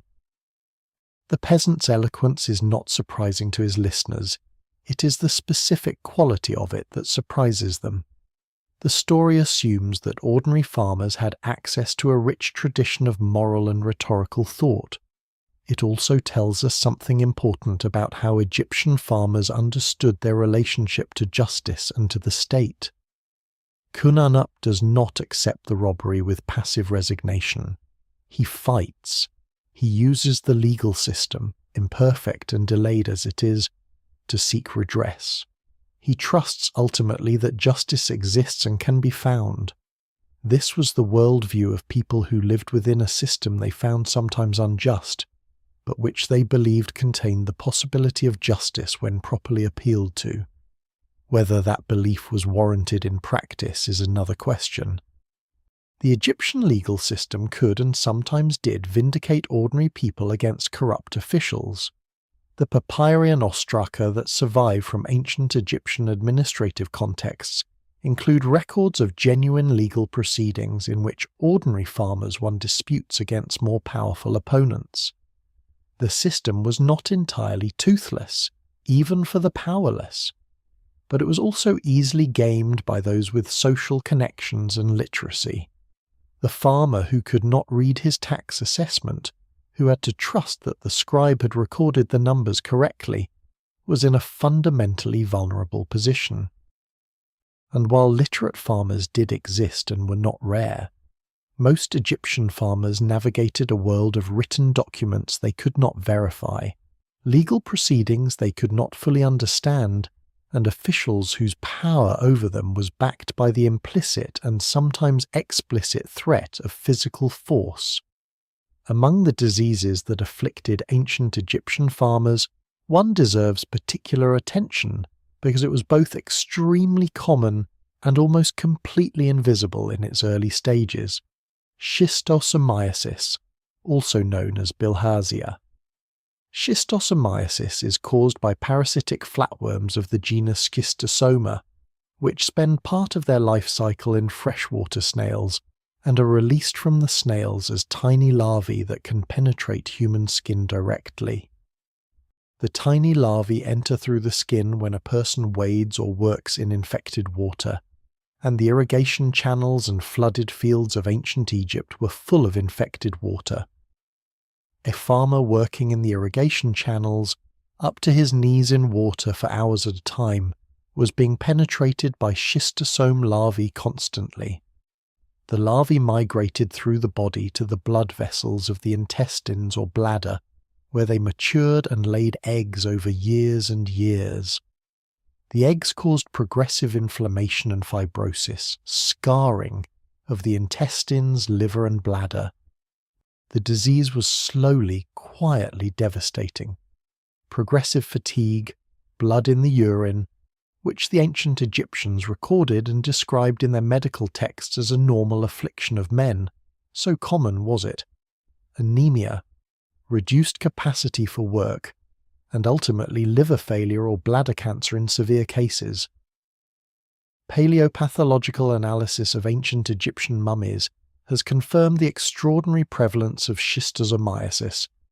Eggs of Schistosoma haematobium have been found in multiple mummies across all periods of Egyptian history, in individuals from diverse social backgrounds.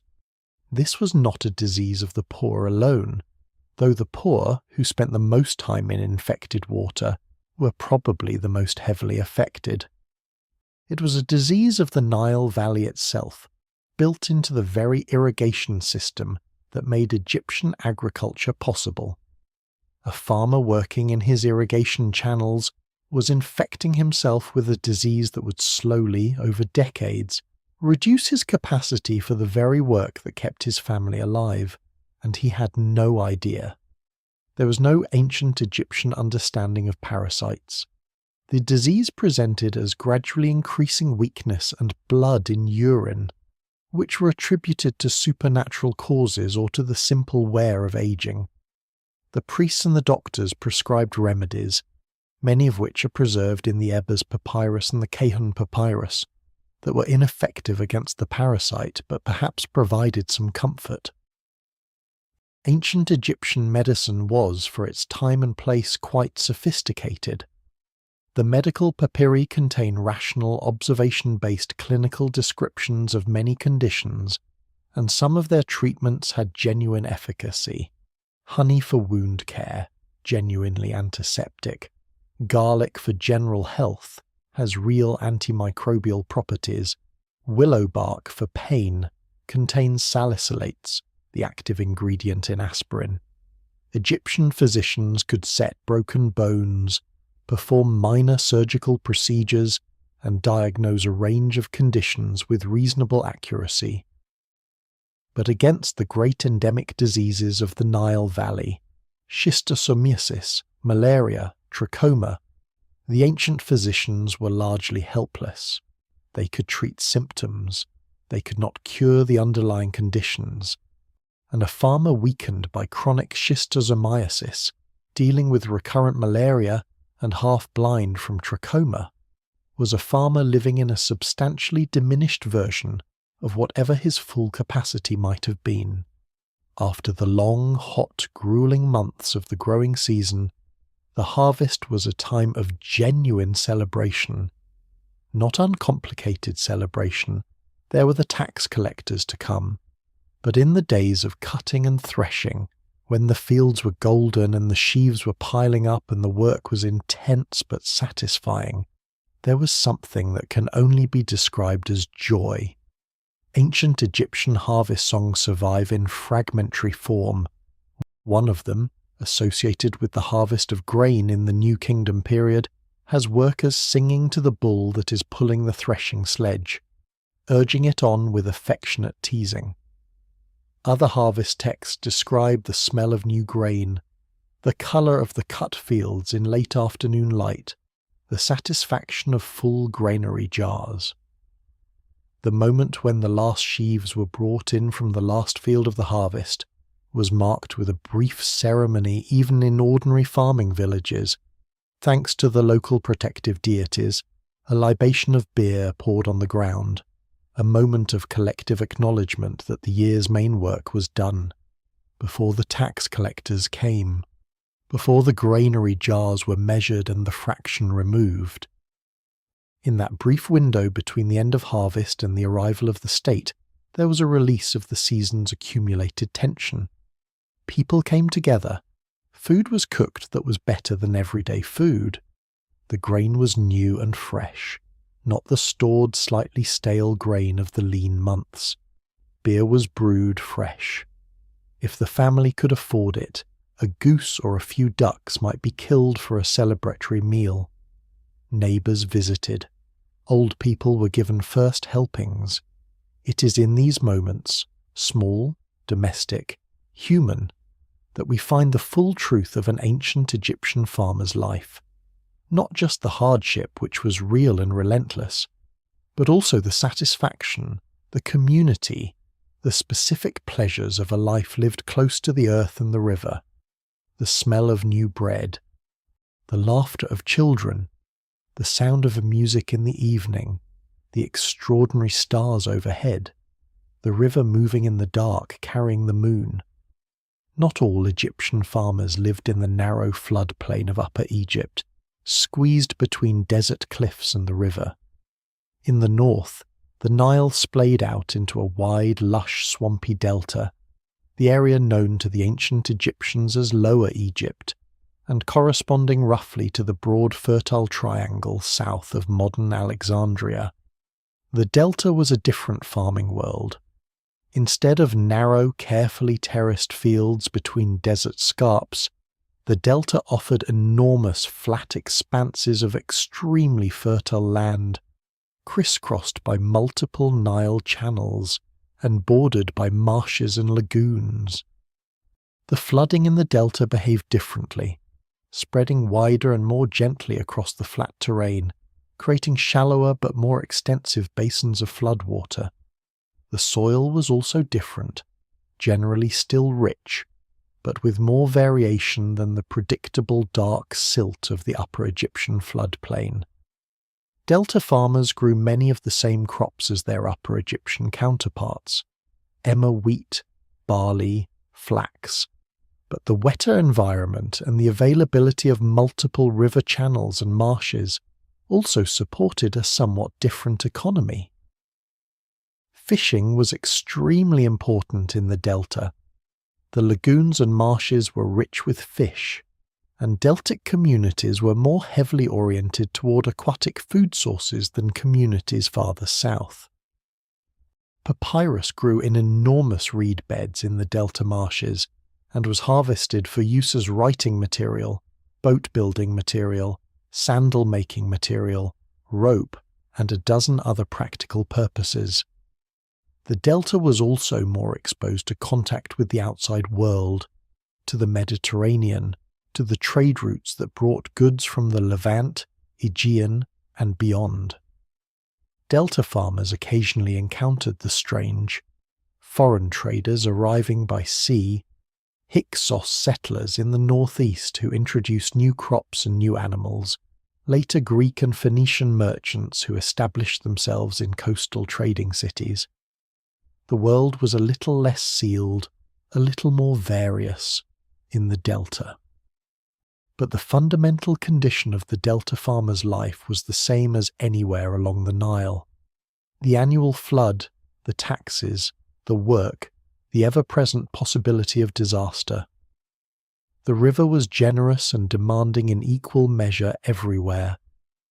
When Alexander the Great conquered Egypt in 332 BCE and his general Ptolemy subsequently founded the dynasty that would rule until the famous Cleopatra, something fundamental changed for ordinary Egyptian farmers, and something fundamental stayed the same. What changed was the ruling class. The Ptolemies and their administrative apparatus were Greek. The language of administration became Greek. New administrative structures were introduced. New land policies were implemented. Greek settlers were given farmland in the Fayum, a low-lying depression west of the Nile, that the Ptolemies converted into a highly productive agricultural region through ambitious drainage and irrigation works. What stayed the same was the essential condition of the ordinary Egyptian farmer at the bottom of the social pyramid. He still grew grain. He still paid taxes, now collected by a Hellenized administrative system that was, if anything, more sophisticated and more efficient at extraction than its Egyptian predecessor. He still worked the shaduf. He still feared the flood. He still watched the Nilometer. What is remarkable about the papyrus record from the Ptolemaic period, especially from the Fayum, where the dry conditions have preserved an extraordinary quantity of papyrus documents, is the level of intimate detail it preserves about ordinary farming life. We have tax receipts in the names of individual farmers. We have petitions from farmers complaining about official misconduct. We have lease agreements for farmland. We have letters from soldiers asking their families at home to send them a cheese or a pair of sandals. We have complaints about mice in grain stores, about neighbours who have blocked irrigation channels, about tax assessments that seem unfair. These documents make the ancient world feel very close, not a distant monumental civilization, but a world of specific individual people with specific individual problems, navigating a system that was powerful and often indifferent to their welfare, doing their best to survive and perhaps to find a little joy alongside the difficulty. One Ptolemaic papyrus, a farmer's petition from around the 2nd century BCE, addressed to a local official, complains that his neighbour has deliberately redirected an irrigation channel so that the water no longer reaches his fields, and that when he went to confront his neighbour about this, the neighbour beat him. He asks for justice with a quiet dignity that echoes across 2,000 years. He probably did not get justice, but he asked for it. The Fayum is worth dwelling on for a moment, because it represents one of the most remarkable agricultural transformations in ancient history. Before the Ptolemaic period, the Fayum Depression was a large area of desert and marsh, partially flooded by a seasonal lake, Lake Moeris, connected to the Nile by a natural channel. The Ptolemies, working with the natural geography, constructed a massive network of drainage channels and dikes that converted much of the formerly marshy or seasonally flooded Fayum into highly productive farmland. They then settled it with Greek and Macedonian military veterans who were given plots of land in exchange for their service. The farmers who worked this new Fayum land, both the Greek settlers and the Egyptian agricultural workers who already knew the area and whose labour was essential to the enterprise, were farming a landscape that was literally being made as they worked it. They were the pioneers of a land reclamation project of extraordinary scale, and their difficulties were correspondingly extraordinary. The drainage channels required constant maintenance. The dikes had to be monitored and repaired. The new land, converted from marsh, was sometimes too wet, sometimes too salty, always requiring careful management. The coordination of water between multiple farms in a newly constructed irrigation network required levels of communal governance that sometimes didn't exist yet, leading to conflicts and breakdowns. But the Fayum became immensely productive, and it fed the city of Alexandria, the magnificent Greek capital that the Ptolemies had built on the Mediterranean coast, along with export markets across the Mediterranean world. Egyptian grain, in the Ptolemaic period, was a commodity of international significance. The suffering and labour of the farmers who produced it fueled an economy of Mediterranean scale. The animals of an Egyptian farm were as much part of the family's life as the humans, and the relationship between farmer and animal was complex, part partnership, part economic relationship, part care responsibility, and occasionally part grief. Cattle were the most valuable. An ox team could plough far more land in a day than a man with a hoe, and the animal's strength was rented and borrowed and shared among families who couldn't afford to own oxen themselves. The ownership of a healthy breeding pair of cattle marked a family as relatively prosperous. The care of cattle, ensuring they were fed, watered, protected from disease, and worked appropriately without being broken, was important enough to warrant specific attention in ancient Egyptian administrative texts. Donkeys were the workhorses of everyday Egyptian life, the animals that carried things, that turned millstones in wealthier establishments, that could be hitched to lighter ploughs or used to carry grain from field to granary. They were more affordable than cattle, and more versatile. Almost every farming family of moderate means had at least one donkey, and its health and welfare were a matter of economic concern. Goats and sheep were kept for their secondary products. Milk, occasionally in the form of fresh cheese, wool from sheep, though Egyptian wool was never as important as it was in the colder north. The manure that fertilized the garden plots, and ultimately the meat at slaughter time. They were hardy animals, adaptable to the dry margins of the floodplain, and they grazed on land that was not suitable for cultivation. Pigs were a more complicated matter. Pork was eaten in ancient Egypt, despite occasional religious taboos associated with Seth, the god of chaos and the desert, who had a pig as one of his symbols. And pig bones are found in archaeological deposits from domestic sites across many periods. Pigs were efficient converters of kitchen scraps into meat and were kept by many ordinary families. But their social standing was ambiguous, and they were sometimes associated with lower status farming communities. Ducks and geese were universal. Every household had them, or access to them from the nearby marshes. Wildfowl were abundant in the Nile wetlands, and their eggs were gathered seasonally.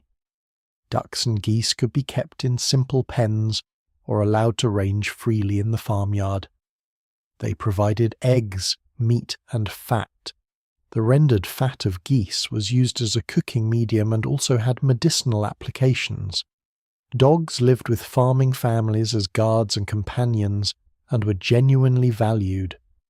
The ancient Egyptians were enthusiastic dog keepers across all social classes. Tomb paintings show dogs sitting beneath the chairs of their owners at dinner parties, and named, beloved pets are referred to in biographical inscriptions. A farmer's dog was not a pet in the modern sense. It earned its keep by guarding the grain stores from rodents and thieves, and by warning of approaching strangers or animals. But it was also something more than a working animal. It was a friend. Cats too were important in Egyptian farming contexts, not as pets primarily, though they became beloved pets, but as rodent control. The granaries of Egyptian farming villages were home to enormous populations of mice and rats, which could consume or contaminate substantial quantities of stored grain. The domestic cat's role in controlling these populations was economically significant. Cats were encouraged, fed, and valued for this service long before they became the beloved cult animals of later periods. A farming life was not just a calendar of agricultural tasks, it was a human life, with all that implies. Marriage in ancient Egyptian farming communities was typically an early arrangement. Women married in their mid to late teens, men in their 20s. There was no church wedding or state ceremony as we would understand it. A couple became married by setting up a household together, an arrangement usually facilitated by negotiation between families and formalized through a simple contract specifying the couple's respective property contributions. This marriage document, which survives in various forms from multiple periods, was in some respects more protective of women's rights than medieval European marriage law. Egyptian women could own property, inherit equally with men, and initiate divorce. But the practicalities of farming life meant that marriage was primarily an economic partnership, two sets of labour combined in the service of a shared domestic economy. A farming man needed a wife who could manage the household's food production. A farming woman needed a husband who could manage the fields. The ideal of romantic love existed in ancient Egypt. There is a beautiful corpus of love poetry from the New Kingdom period that is as tender and yearning as anything in world literature. But the ordinary practicalities of the marriage economy were not much different from farming economies in every other culture in human history. Children arrived quickly and frequently, and many of them died. In the ancient world generally, infant and childhood mortality was catastrophic by modern standards. Estimates for ancient Egypt suggest that perhaps 1 in 3 children died before their first birthday, and perhaps half of all children died before reaching adulthood.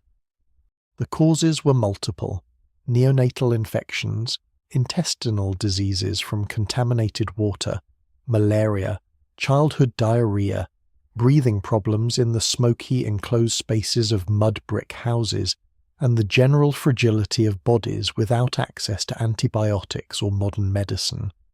The death of a child was a constant possibility in a farming household, and the ancient Egyptians were not unfeeling about it.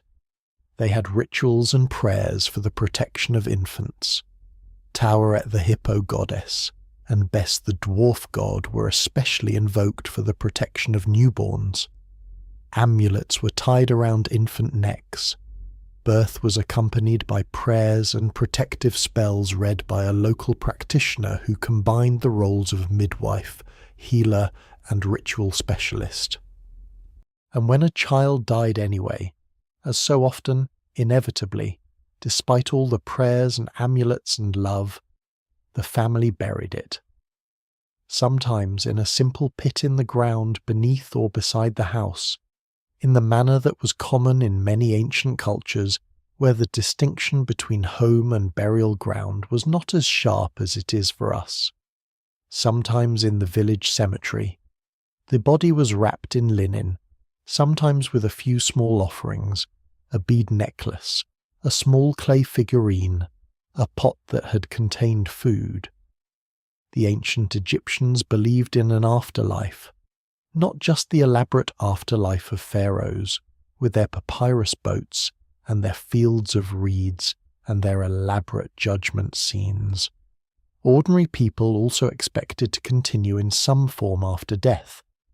The basic concepts, the ka, the spiritual double that needed to be sustained with offerings, the bai, the soul that could move between the living world and the dead, the eventual judgment of the heart against the feather of Ma'at, applied to everyone, not just to the elite. The burials of ordinary Egyptian farmers reflect this belief. Even the simplest burial includes some provision for the afterlife, a few pieces of food, a small jug of water or beer, a humble figurine of a servant, O Shabti, though the very poor couldn't afford the faience versions and used simple clay figures, who would perform labour obligations in the next world so the dead person wouldn't have to. In death, the Egyptian farmer aspired to what he rarely had in life: freedom from labour, plenty of food and drink, and rest. How did the life of an ancient Egyptian farmer compare to those of farmers in other ancient civilizations?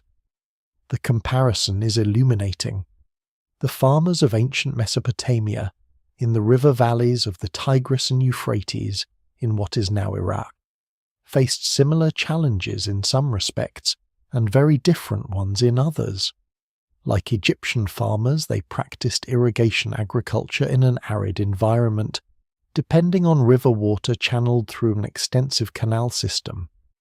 Like Egyptian farmers, they paid substantial taxes to a powerful state bureaucracy, often managed through the great temples that served simultaneously as administrative centres, granaries, and religious institutions. But the Mesopotamian flood was less predictable and more violent than the Egyptian one. The Tigris and Euphrates could flood at any time of year, with little warning, and the floods were sometimes catastrophically powerful, washing away entire cities, not just farmers' earthen embankments. The legendary flood of the Epic of Gilgamesh, which shares many features with the biblical flood narrative, reflects a cultural memory of devastating inundations that were outside human control in ways that the gentler, more predictable Nile was not. Mesopotamian farmers also seem to have lived in somewhat greater political instability than their Egyptian counterparts. The Fertile Crescent was a crossroads of empires: Sumerian, Akkadian, Babylonian, Assyrian, Persian, and the changes of political control, the wars, the deportations of populations, the burning of cities and the salting of agricultural land as a weapon of war, created disruptions to farming communities that were more frequent and more severe than anything the Nile Valley typically experienced. Egypt's geographic isolation, the deserts on either side, the cataracts to the south, the Mediterranean to the north, provided a natural buffer that Mesopotamia lacked. Farmers in ancient China, working the Loess Plateau or the alluvial plains of the Yellow River, faced some of the most severe flooding conditions in the ancient world. The Yellow River, China's sorrow, as it was sometimes called, had a history of catastrophic floods and channel changes that made the Nile's worst years seem gentle. Chinese farming civilization was built in the face of a river that periodically destroyed everything and had to be rebuilt from scratch, a fact that shaped Chinese statecraft, with its emphasis on hydraulic control and collective labor projects, as profoundly as the Nile shaped Egyptian statecraft. Greek and Roman farmers occupied a very different niche. The thin, rocky soils of the Mediterranean world did not allow for the spectacular grain yields of the Egyptian floodplain. Greek and Roman farming was often marginal, heavily dependent on dryland tree crops, olives, grapes, figs, and careful husbandry of poor soil.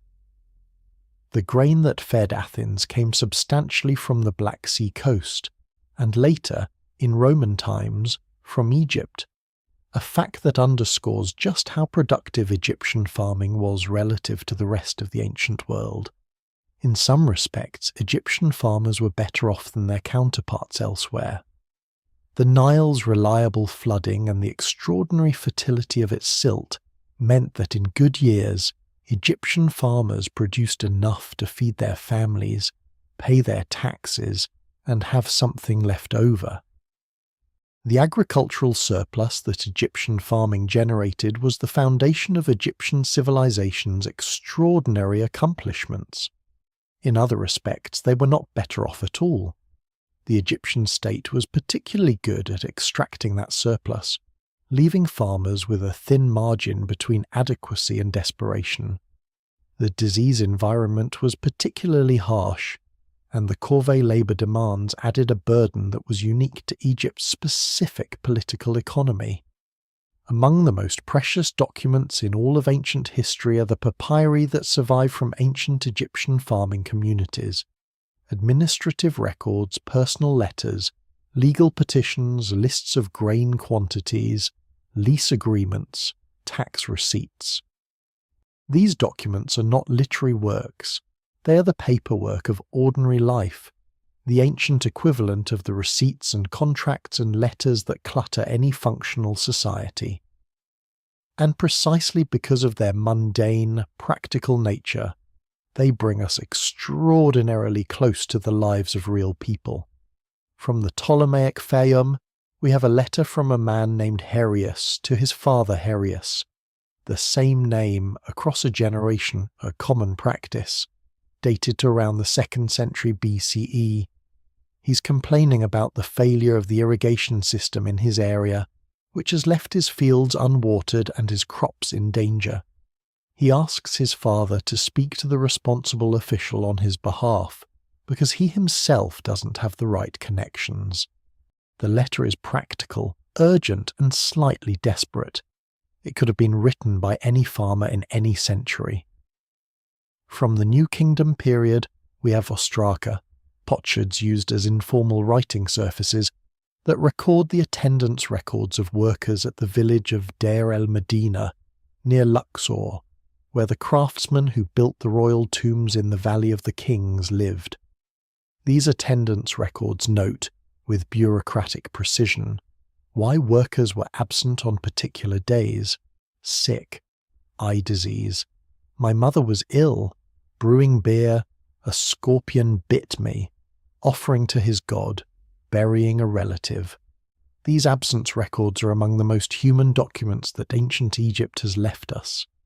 They tell us about people whose lives were structured by work obligations and who sometimes couldn't meet those obligations for very ordinary human reasons: illness, family duties, religious observance, the making of beer. They tell us about an ancient world that was, in its texture, much more familiar than we might expect. A New Kingdom papyrus from the reign of Rameses III preserves the complaints of workers at Deir el-Medina who went on strike because their grain rations had not been delivered. They sat down in the gateway of the mortuary temple and refused to leave until someone in authority acknowledged their grievance. This is one of the earliest recorded labour strikes in human history. The workers' complaint was not abstract or political. It was specific and practical. They and their families were hungry. Their rations were overdue.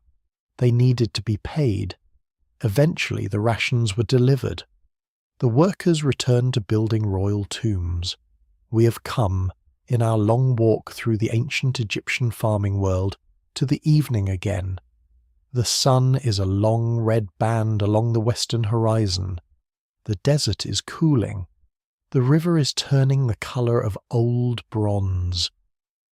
In the village, fires are being lit in front of doorways, and the smell of cooking rises into the air. Bread baking, onions sizzling in a small amount of oil, the earthy smell of lentils coming slowly to softness in a clay pot. The day's work is done. Almost. Tomorrow's work has been thought about, planned, worried about in the quiet corners of the mind. But for now the hands are still. Children who have been running and shouting all afternoon are beginning to slow, drawn toward the warmth of the fires and the smell of food. Old people move their stools to better positions to catch the last warmth before night comes fully. Dogs settle in doorways with the practiced efficiency of animals who have been doing this forever. The stories come. It's hard to know specifically what stories were told in Egyptian farming villages. The literary tradition of ancient Egypt gives us its high-status literature, the tales of Sinuhe and Wenemon and the eloquent peasant, the love poems and the didactic wisdom texts and the religious compositions. But the oral literature of the farming villages, passed from grandmother to grandchildren in the warm evenings beside the fire, is mostly lost. Stories that were never written down because no one in the village could write, because writing was for scribes and scribes were not farmers. These stories simply ended when the last person who knew them died, and they left no trace. But we know stories were told. We know this because the human impulse toward narrative is universal, present in every culture in every period of history without exception. We know that the ancient Egyptians had a rich folk tradition alongside their formal literature. They believed in ghosts and demons and protective spirits and magical transformations. They had local legends about the origins of villages and rivers and unusual rock formations. They had family stories, the kind that get told and retold at gatherings until everyone knows them by heart, but requests them anyway. And in those stories, and in the jokes that went with them, and in the songs that filled the rhythms of the work, and in the prayers that were whispered into the darkness before sleep, there were a kind of life that no amount of taxation or flooding or disease could entirely reach. A life of the mind and the heart that persisted even when everything else was difficult. The sky above an ancient Egyptian village at night was not the sky we know in any city or suburb today. Without electricity, without even significant oil lamp or torchlight, the darkness of the Egyptian countryside after sunset was deep and complete. Complete enough for the stars to be not background objects but dominant presences. The Milky Way overhead was a structure, almost architectural. The planets moved against the fixed stars in ways that could be tracked with the naked eye. The moon, when it was full, was bright enough to work by. The ancient Egyptians mapped the sky with great care. They developed a complex astronomical system, dividing the year by the rising and setting of specific stars and star groups, tracking the movements of the planets, which they recognized as distinct from fixed stars, and incorporating astronomical knowledge into their religious and agricultural calendar. The famous Dendera zodiac, a stone map of the sky from a temple ceiling, gives us a glimpse of the sophistication of this tradition. But beyond the astronomers and the priests who maintained the formal astronomical tradition, ordinary farmers had their own relationship with the sky. They knew which star group rising in the east meant that the flood was coming. They knew that when the Pleiades were visible at dawn, the weather was changing. They navigated by stars when they travelled at night, and they experienced the sky in its vast stillness and its slow annual rotation as one of the great constants of their world.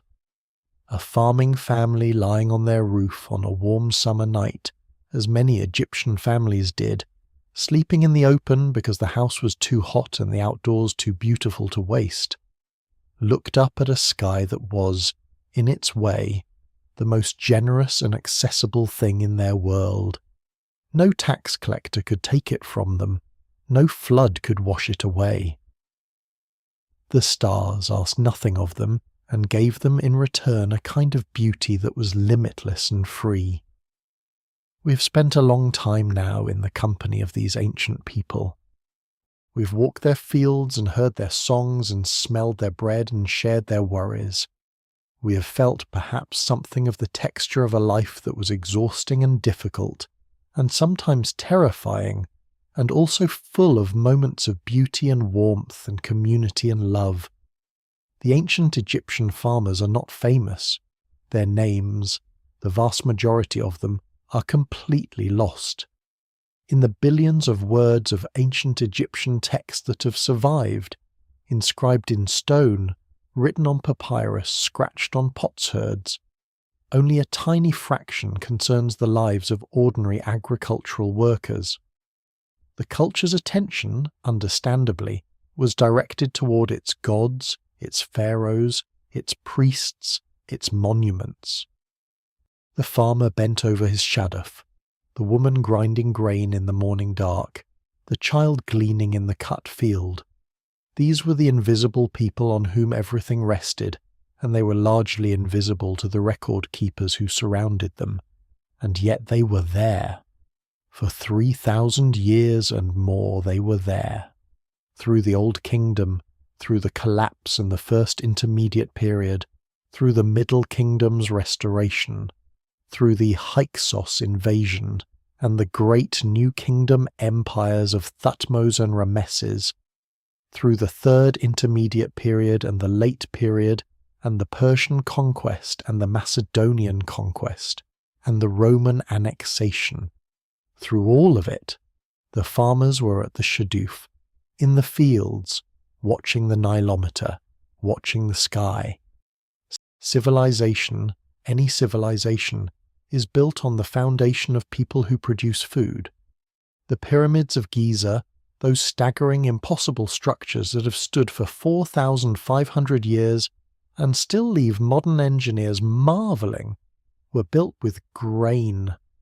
Grain grown by farmers, taxed away from farmers, stored in royal granaries, and then distributed as rations to the workers who cut and moved the stone. Every block of limestone, every precision-fitted casing stone was in a sense carried there on the backs of the farmers whose labour paid for it.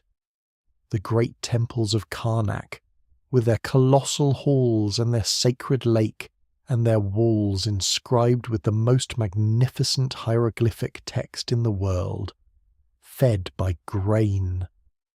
The mummification industry, the elaborate tomb-painting workshops, the scribal schools, the navy, the army, the court, all of it flowing from the same source, the dark Nile silt under a farmer's fingernails.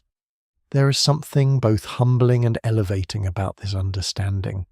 Humbling, because it reminds us that the greatest human achievements are never truly the work of the brilliant few, the architect, the pharaoh, the high priest, but always also the work of the many whose contribution was essential but unrecorded. Elevating because it reminds us that ordinary life, properly understood, is never merely ordinary. The farmer up before dawn, working his shaduf in the pre-morning grey, was participating in something vast. He didn't know about the pyramids at Giza as monuments to be preserved and studied by future ages. He knew that his grain fed the people who built them. That was his connection to eternity, and it was real. The Nile itself continues. The modern river, managed by the high dam at Aswan, and drained by a modern irrigation network that would have seemed miraculous to any ancient Egyptian farmer, no longer floods in the ancient way. The annual inundation that structured 3,000 years of Egyptian life, that gave the three-season agricultural calendar its meaning, that deposited the dark silt that made the soil so impossibly fertile, that flood has been stopped. The Aswan High Dam, completed in 1970, holds back the Ethiopian rains that used to arrive each July as a rising, swelling, muddy gift. Behind the dam, Lake Nasser holds the flood's waters. Below the dam, the Nile flows in a managed, controlled, year-round stream. The modern Egyptian farmers who work the Nile Valley still face challenges: water management, soil salinization from the absence of annual silt renewal, economic pressures, land consolidation. Their lives are immeasurably different from those of their ancient predecessors in most respects, and yet there is something in the landscape that connects them. The same river, the same valley, the same relationship between water and food and survival, the same stars overhead at night.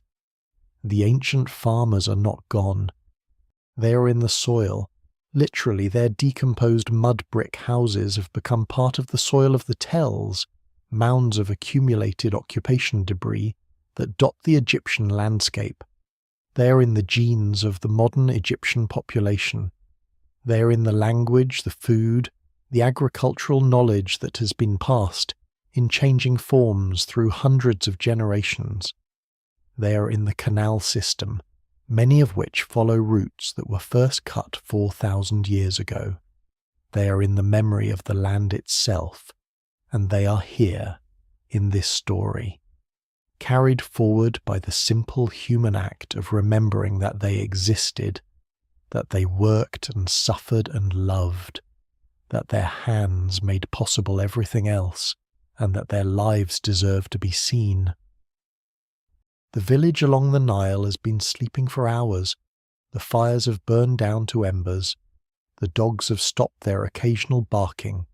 Even the frogs in the papyrus beds have quieted, gone to whatever version of sleep a frog has, settled in the cool mud at the water's edge. The river is absolutely silent, only visible at all because of the moon. The same moon that has been rising over the same river for 5,000 years, the same moon that Nebuenanef and Meritaten and their children and their parents' parents all watched rise over the eastern cliffs in the warm darkness. The moon moves, the stars wheel slowly in their great circle. The river reflects it all. In the morning the farmer will rise again before dawn. He will drink his beer and eat his bread and take his tools and walk the familiar path along the canal embankment to his fields. He will do the work that the season demands, ploughing, planting, watering, weeding, watching, worrying, hoping. He will carry the weight of the state on his back along with the weight of his hoe. He will feel the ache in his back and the roughness in his hands and the grit of stone in his teeth. And he will look up sometimes from the work, at the river moving past him as it always has, at the sky, impossibly blue above the yellow land, at the ibis moving through the shallows, at the hawk turning high overhead against the burning sun, the shadow of the hawk's wings moving across the grain like a whisper. And perhaps in those moments he will feel something that was not hardship, something that was not tax debt or flood fear or insect swarms or aching muscles, something quiet and unmistakable that the Nile Valley has been producing alongside its grain for as long as people have worked its banks. Wonder. The simple, unpretentious wonder of a person who lives close to the natural world, who knows the smell of the river in flood season, and the smell of the newly ploughed silt and the smell of bread coming out of the clay oven? Who has watched enough sunrises that they are not remarkable, and yet somehow never entirely ordinary? Who has heard enough stories by firelight that the past and the present feel like they belong to the same conversation? The ancient Egyptian farmer did not know he was ancient. He was not living in a great civilization in the self-conscious sense that we apply that word when we look back at him. He was living his life, the only one he had, as immediate and absorbing and complicated as any life has ever been. He loved his children with the ferocious practical love of parents who know that children die. He loved his wife with the partnership love of people who depend on each other in the most fundamental ways. He loved, in the simple animal way, the warmth of the sun on his face in the cool of early morning, the cold water from the canal on a midday that was almost too hot to bear, the weight of good bread in his stomach. He was afraid. He was often exhausted. He worked harder than most people in the modern world will ever work in their entire lives, and he did it every day from the time he could carry a water pot until the time he was too weak to lift a hoe. He paid his taxes and resented them, and sometimes couldn't pay them, and was beaten for it. He mourned children who died before they could walk, parents who were gone before their time, neighbours taken by crocodiles or floods or diseases with no name. And he endured. 3,000 years of these farmers endured, generation after generation, in village after village, along the length of that extraordinary river. They endured the way the Nile endures, not dramatically, not heroically in any way that makes the paintings on the walls, but simply, continuously, persistently. One more season, one more flood, one more planting, one more harvest. The sun is rising now, somewhere. Not here, not yet. The eastern horizon is still dark, but somewhere in the Ethiopian highlands, where the rains that made the Nile come from, the sky is beginning to pale. The water that will reach Egypt weeks and months from now is already gathering, already beginning its long, patient journey north toward the sea. The fields are quiet. The village is sleeping. The river moves on. And in the dark, in the pre-dawn silence before the first bird calls, the ancient world breathes gently. It has always been breathing. We only have to be still enough to hear it. There is no overstating the centrality of grain to the ancient Egyptian farmer's existence. Everything flowed from the grain. It fed the family, it paid the taxes, it funded religious offerings, it served as currency in a world without coined money. It was the basis of the beer that was as important as water. It was stored in the granaries that were the most significant piece of infrastructure in any Egyptian community, more important in practical terms than any temple or palace. The two primary grains of ancient Egypt were emmer wheat, Triticum decocum, and barley, Hordeum vulgar. Emmer, the older and more deeply rooted of the two, was the primary grain for bread.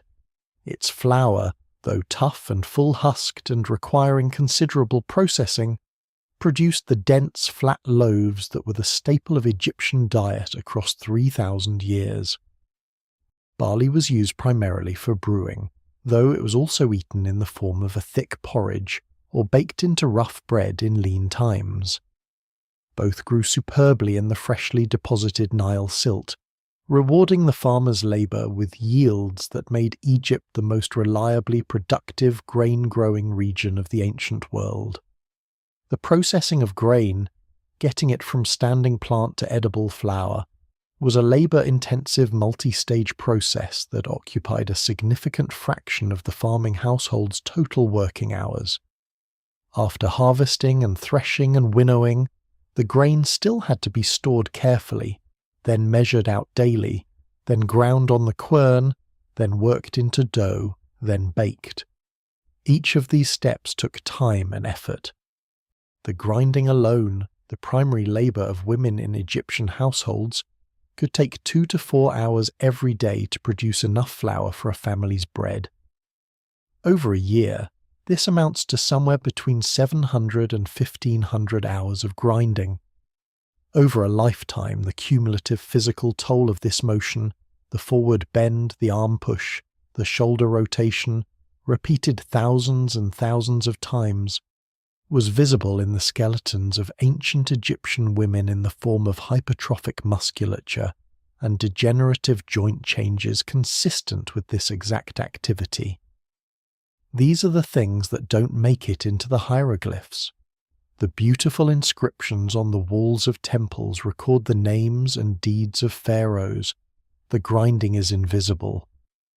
But it was, in the most direct and literal sense, what kept the pharaohs alive. The emmer wheat that Egyptian farmers grew was not the product of careless cultivation.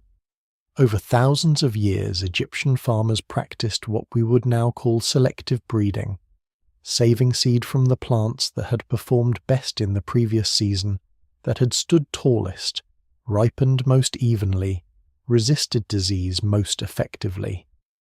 This was done entirely by observation, entirely without any theoretical understanding of genetics, but it was effective. The emmer wheat grown in the New Kingdom was not identical to the emmer wheat grown in the Old Kingdom. It has been slowly, imperceptibly improved by the accumulated judgment of hundreds of generations of farmers who noticed which plants were better and saved their seed. The ancient Egyptians also grew several other crops of importance.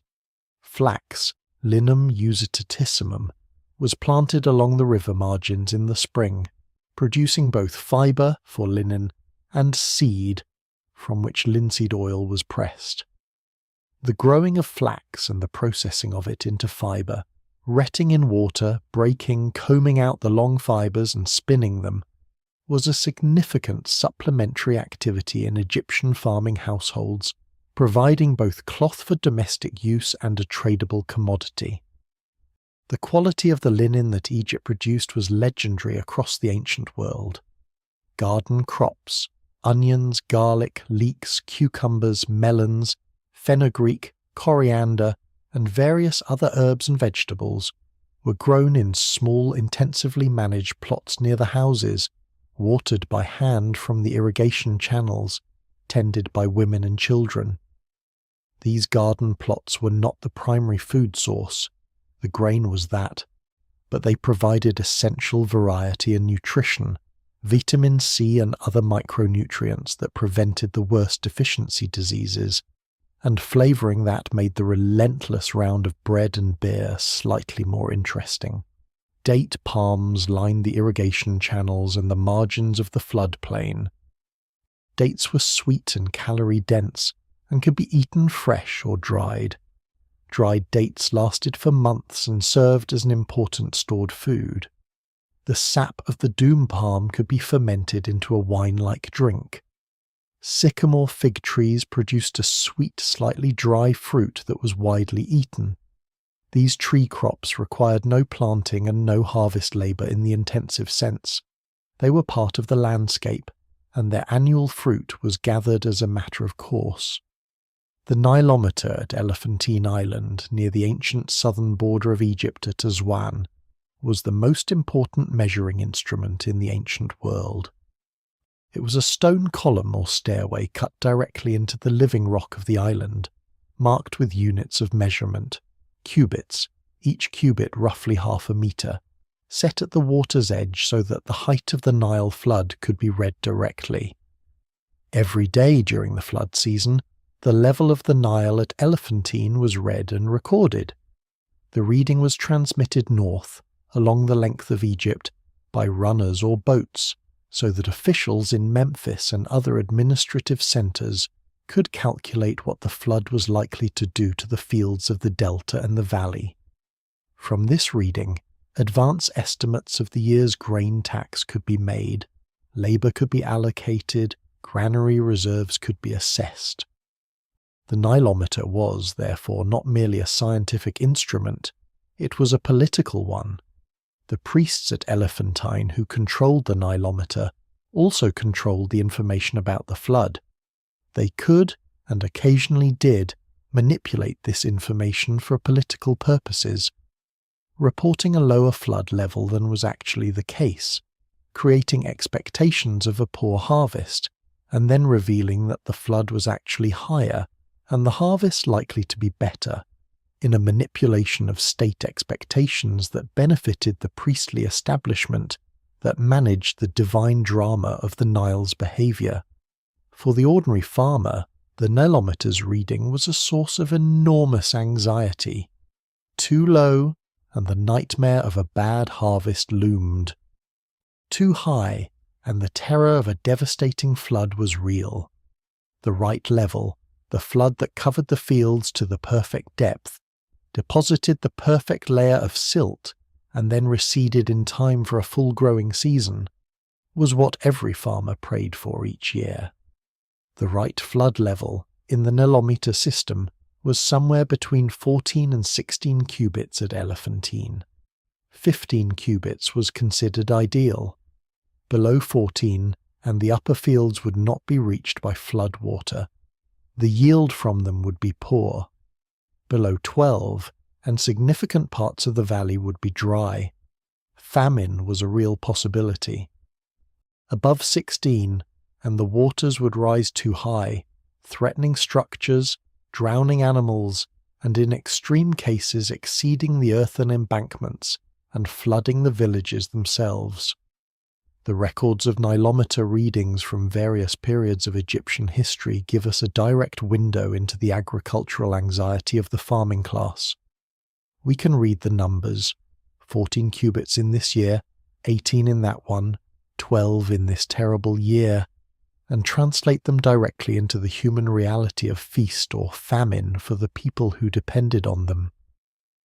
There are records from the late period of the Old Kingdom, around 2200 BCE, in the years of the first intermediate period's slow beginning, of Nilometer readings that were consistently below optimal for multiple years in succession. These low readings correspond precisely with the period of political and social breakdown, the collapse of the central state, the dispersal of power to local strongmen, and the catastrophic famines described in the texts of the period. The connection is not coincidental. The state that had fed Egypt, maintained the granaries, organized the irrigation system, distributed reserves in lean years, was itself a product of the agricultural surplus the Nile's flooding enabled. When the flooding failed consistently, the surplus disappeared, the state could no longer function, and the entire superstructure of Egyptian civilization began to crack. For the farmers who lived through those years, there was no such perspective. They only knew that the river was lower than it should be, and that their fields were dry at the edges, and that their grain stores were running out, and that the tax collectors were still coming even when there was nothing left to give.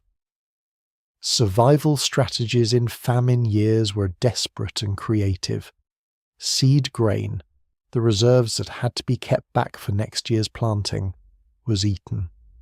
Wild plants were gathered from the desert margins, tubers and roots and seeds that were ordinarily considered too bitter or too much work to be worth eating. Fish from the river became more important, and fish weirs and nets that were normally supplementary became primary food sources. People moved, when they could, into cities, toward the delta, toward areas where the flood had been slightly better, following the possibility of food. Slavery and debt bondage increased during famine years. Families who could not feed their children sometimes sold them, or sent them as indentures, to wealthier households where at least they would be fed. This was not done lightly, and not done without grief. It was done by people who had no other choice. The ancient Egyptian world, for all its splendour, contained within it these dark corners where survival overrode everything else. The Egyptian women who appear in the historical record are mostly queens and noble ladies. Nefertiti with her famous painted limestone bust, Hatshepsut who ruled as pharaoh, Cleopatra who was the last of the Ptolemies. These extraordinary women are real and their histories are fascinating. But they are not the women who made Egypt function from day to day. The women who made Egypt function from day to day were the grinding women, the brewing women, the weaving women, the water-carrying women, the field-gleaning women. Women who worked from before dawn to after dark, whose labour was as essential to the family's survival as the man's field work, and who received almost no individual record in the historical texts. What we know about their lives comes from indirect sources: the tomb paintings that show women working, the skeletal remains that show the physical marks of specific types of labour, the administrative texts that mention women in the context of property ownership or legal proceedings, the medical texts that address the conditions of women's bodies. And from those sources, a picture emerges of lives that were extraordinarily demanding. Egyptian women in farming communities had full legal personhood. They could own property, inherit, enter into contracts, bring legal suits, and testify in courts. This was genuinely more rights than women in many contemporary ancient cultures had. But legal personhood did not translate into freedom from labour. A farming woman's day was shaped by the unending demands of food production and child-rearing, with virtually no equivalent of the seasonal rhythm that gave men's work some variation. The fields had seasons: planting, growing, harvest, flood. The grinding had no seasons. The grinding was every day, forever. The social world of Egyptian farming women was the village, the same village they had been born in most cases, or the village they had married into, which was often nearby. Their social network was the network of female relatives and neighbours with whom they shared the daily work, grinding together, washing clothes together at the river, carefully watching for crocodiles, attending births together, mourning deaths together. This network of female mutual aid was the invisible infrastructure of village life, the system through which knowledge was shared, crises were met, and the next generation was raised. When a woman in the village was giving birth, a dangerous event with a significant risk of death for both mother and child, it was the other women of the village who gathered to assist. The midwife was usually an experienced older woman with knowledge of herbs and techniques that had been passed from female practitioner to female practitioner across many generations. The prayers and spells for protection in childbirth were addressed primarily to Bez and Taweret, the household deities of birth and childhood. They were recited by the attending women, creating around the labouring mother a ritual protective space. The bond between women in an Egyptian farming community was, in some respects, the strongest social bond that ordinary people experienced. Men moved between home and field in occasional periods of corvée labour and market travel. Women's world was more local and more consistent, and the relationships within it were long and deep.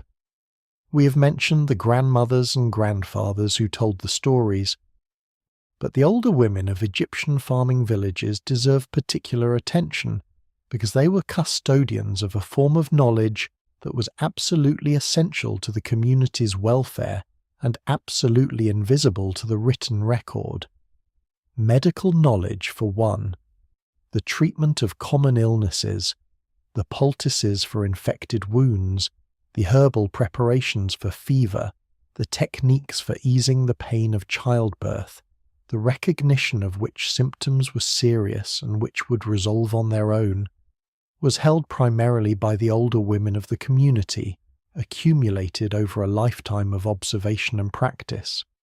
This knowledge was not written down. It was transmitted orally, woman to woman, across generations, and it was as important to the community's survival as the agricultural knowledge that was similarly transmitted, magical protective knowledge as well. The spells and rituals for protecting children from evil spirits, for preventing bad dreams, for easing a difficult death, for managing the spiritual dangers of the dark. These too were held and transmitted by older women with experience and reputation, in a world where the boundary between the natural and supernatural was much less firmly drawn than in the modern scientific worldview. This knowledge was not considered separate from practical knowledge. It was practical knowledge. Knowing the right spell to protect a newborn was as important as knowing the right herb to reduce its fever. Knowledge of food preservation and storage was similarly critical. Which foods kept and which didn't. How to recognize grain that had begun to go bad. How to dry fish so it would last for months without becoming dangerous. How to store onions and garlic so they didn't rot. How to make cheese from goat's milk before it's soured. How to brew beer with consistent results from varying grain qualities.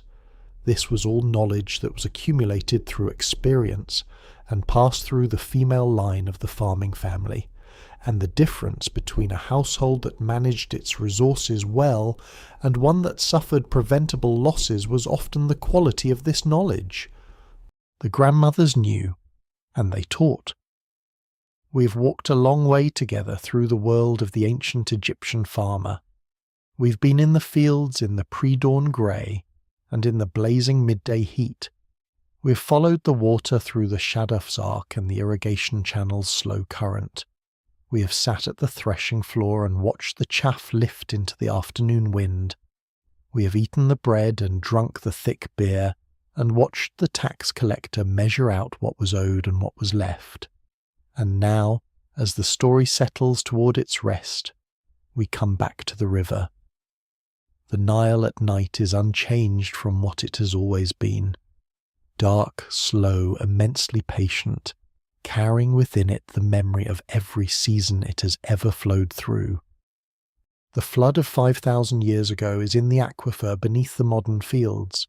The fish that Nebuchadnezzar caught in his papyrus trap are the ancestors, through uncountable generations, of the fish that swim in the same waters today.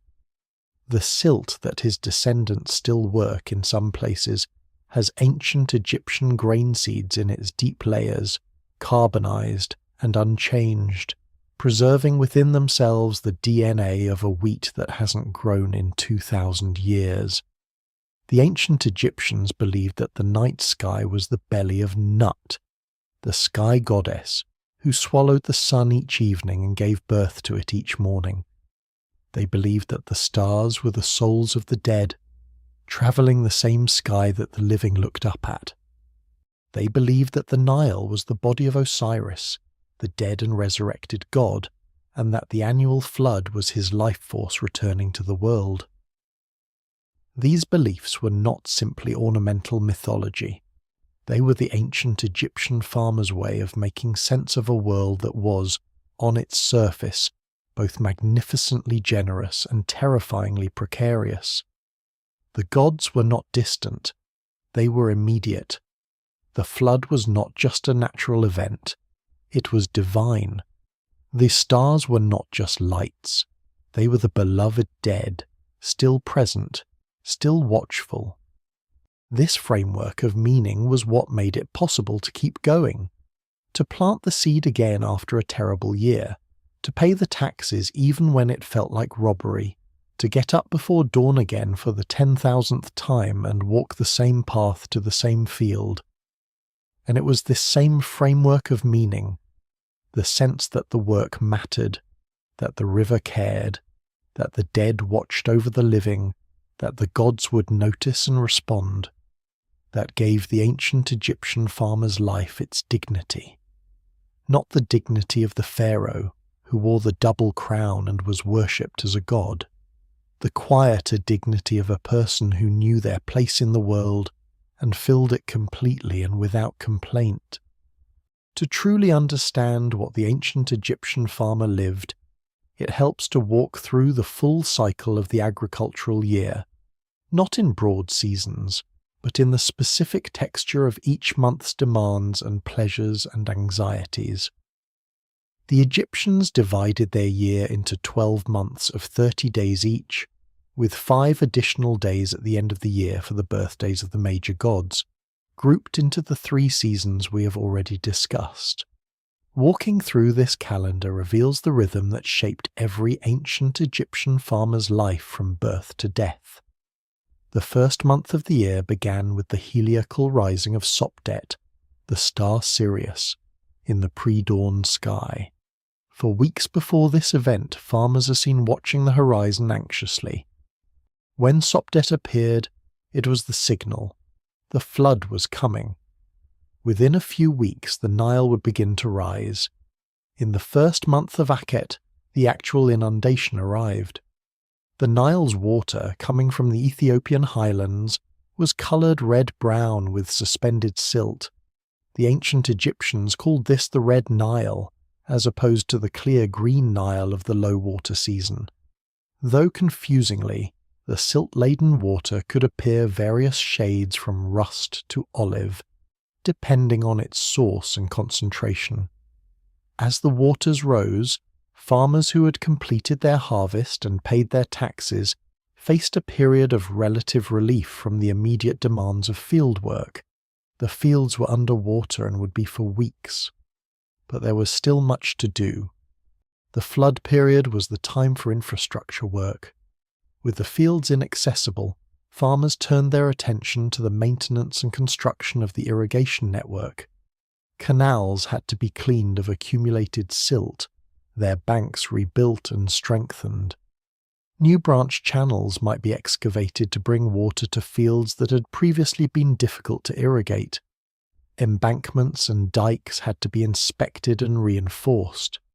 This work was collective. Canals served multiple farmers, and their maintenance required the cooperation of the entire community served by each one. It was also the time when corvée labour obligations were fulfilled.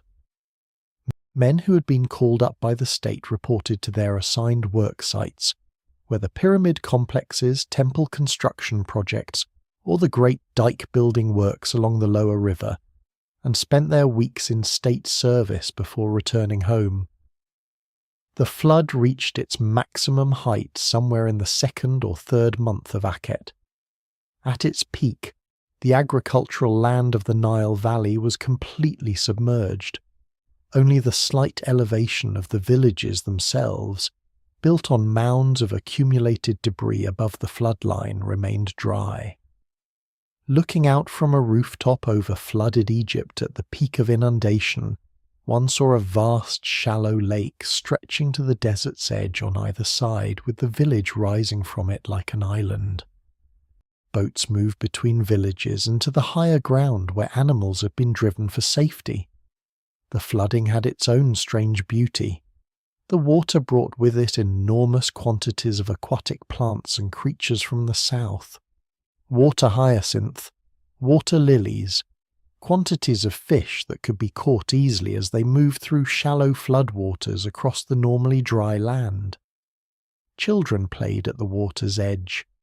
Women washed heavy woolen blankets and rugs that were awkward to clean at other times of year. The air smelled of clean water and green things, and then slowly the flood receded. The recession of the flood was the signal for the most intensive period of agricultural work to begin. As the waters pulled back, they revealed the dark, wet silt that was the farmer's greatest asset, impossibly fertile, soft enough to work without a heavy plough, richly coloured, smelling of life. Farmers followed the receding water edge almost as it moved, beginning to plough and plant the fields that had dried sufficiently while others were still draining. The first month of Pere was a race against time and weather. The silt was at its most workable in the days immediately after the flood, soft, wet, easy to plough. As it dried, it became harder, requiring more effort to work. the window of ideal planting conditions was relatively narrow, and farmers worked from before dawn until after dark to take advantage of it. Ploughing teams, whether a pair of oxen with a wooden plough or a farmer alone with a heavy hoe, moved steadily through the dark fields. Seed was broadcast immediately behind the plough. In the areas where the silt was deepest and softest, the broadcast seed might simply be trodden in by feet or by the hoofs of animals driven through. In harder ground, the seed was buried with a follow-up hoeing to cover it. The variety of soil conditions across a single farmer's plots meant that planting was rarely uniform. It required constant judgment and adaptation. Through the second and third months of Purée, the growing crops demanded constant attention. The irrigation channels had to be carefully managed, enough water reaching every plot, no oversaturation, the delicate balance of moisture that different crops at different growth stages needed. Weeds appeared quickly in the fertile silt and had to be removed by hand, a task often assigned to the children and women while the men worked the channels and made the larger decisions about water management. Pests arrived with the growing crops. Birds were a constant problem. Flocks of sparrows and other seed-eating birds could descend on a newly planted field and consume enormous quantities of seed before the seedlings had even emerged. Farmers set simple string traps and drove birds away with noise and arm waving, another task for children who spent long days in the fields as scarecrows. As the crops grew taller, the risk from birds was reduced but replaced by the risk from rodents and insects, mice eating seedlings, aphids attacking young wheat. The fourth and fifth months of Purée brought the growing crops to maturity. The fields, which had been bare dark earth a few months before, were now golden green with grain taller than a child's head. The smell of the fields in this season, the warm, alive smell of growing grain mixed with the mineral richness of the silt, was one of the most beautiful sensory experiences of the Egyptian farming year. It smelled like possibility. It smelled like food.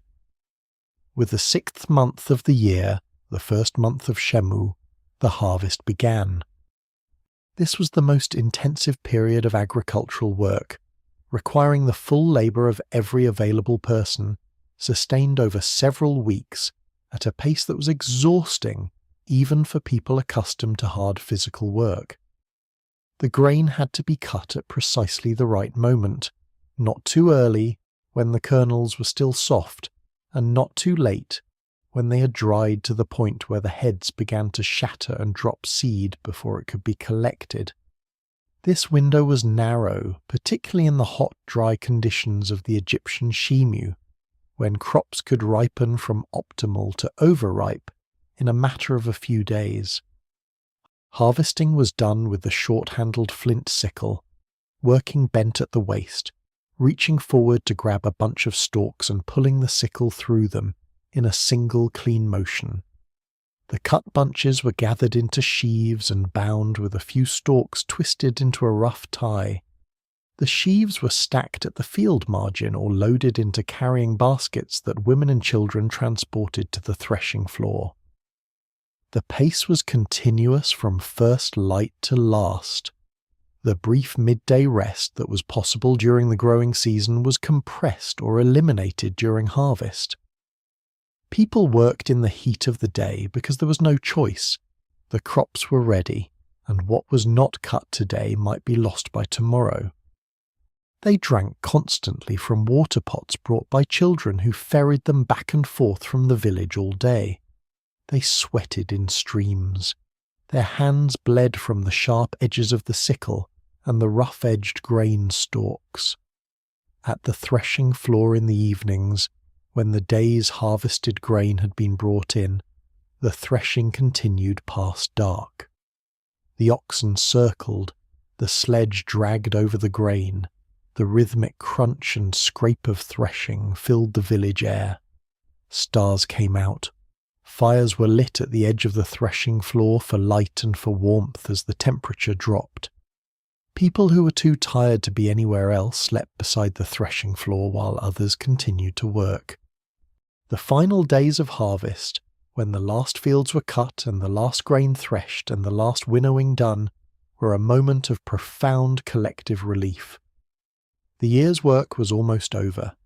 The granaries were filling, or not filling depending on the year. The quality of the next 12 months was now more or less fixed. Whatever was in the granary was what the family would have. And then the tax collectors came. After the tax, in what remained, the family could assess their true situation. Good years. The granary was still substantial after the tax fraction was taken. The family would eat adequately and have something to trade. Medium years. The granary after taxes was tight but sufficient if carefully managed. Bad years. The granary after taxes was frighteningly thin, not enough by any calculation to last until the next harvest. And in those bad years, the decisions that had to be made were impossible. Which family member would eat first? How much of the seed grain could be eaten now, and how much had to be kept for planting, even though the family was hungry? These were the decisions that no one writes about in their triumphal inscriptions. They were the decisions that the farmers of the Nile Valley made privately in their mud brick houses season after season for 3,000 years. Despite all of this, the hard work, the taxes, the diseases, the dangerous animals, the bad years, the grief of dead children and exhausted bodies, the ancient Egyptian farmers found their lives worth living. This is not a sentimental assertion. It is an observable historical fact. They continued to have children, to maintain religious observances that expressed hope and gratitude, to produce art and music and stories, to build houses and tend gardens, to celebrate weddings with enthusiasm and mourn deaths with passionate grief. These are not the behaviours of a population that has given up. What made life worth living for these people was the same things that have always made life worth living for ordinary people in difficult circumstances: community, love, small pleasures, and meaning. Community we have already discussed. The tight-knit village world where everyone knew everyone, where help was available in crises, where the shared experience of farming the same land through the same seasons created a profound bond between people. Love was present in all its forms, parental love that was fierce and anxious and ultimately surrendered to what the world delivered, spousal love that was practical and intimate and shaped by years of shared difficulty, the love of old people for grandchildren who gave them a reason to stay alive and engaged, the love of friends who had worked side by side in the same fields for decades. Small pleasures were real and multiple. The first taste of new bread after a successful harvest, the cold water from a deep well on a hot afternoon, the smell of the river in the early morning, the satisfaction of a well-made tool, the laughter of children, the story told at the right moment, the joke that made the grinding go a little faster, the beauty of the evening light on the Nile, which was, every evening without exception, genuinely beautiful, regardless of how terrible the day had been, and meaning. This may be the most important and the least visible. The ancient Egyptian farmer's life had meaning, not the meaning we might assign to it from outside, the contribution to civilization, the feeding of a great culture, which would have been invisible to them, but an internal meaning generated by their own worldview. They worked for their children and their parents and their gods. They worked to maintain the order of the world, the ma'at, the cosmic balance. That was the Egyptian concept of rightness and justice. They worked because that was what human beings did, and the gods had arranged the world in this particular way, and one's role was to fulfill one's part in it faithfully. This framework of meaning was not naive. The ancient Egyptians were not unaware of injustice. The eloquent peasant's tale and many other texts make clear that they recognized the difference between how things should be and how they were. They knew the tax was too high. They knew the official was corrupt. They knew the flood could not be trusted. They knew children died and bodies wore out and the gods were sometimes silent.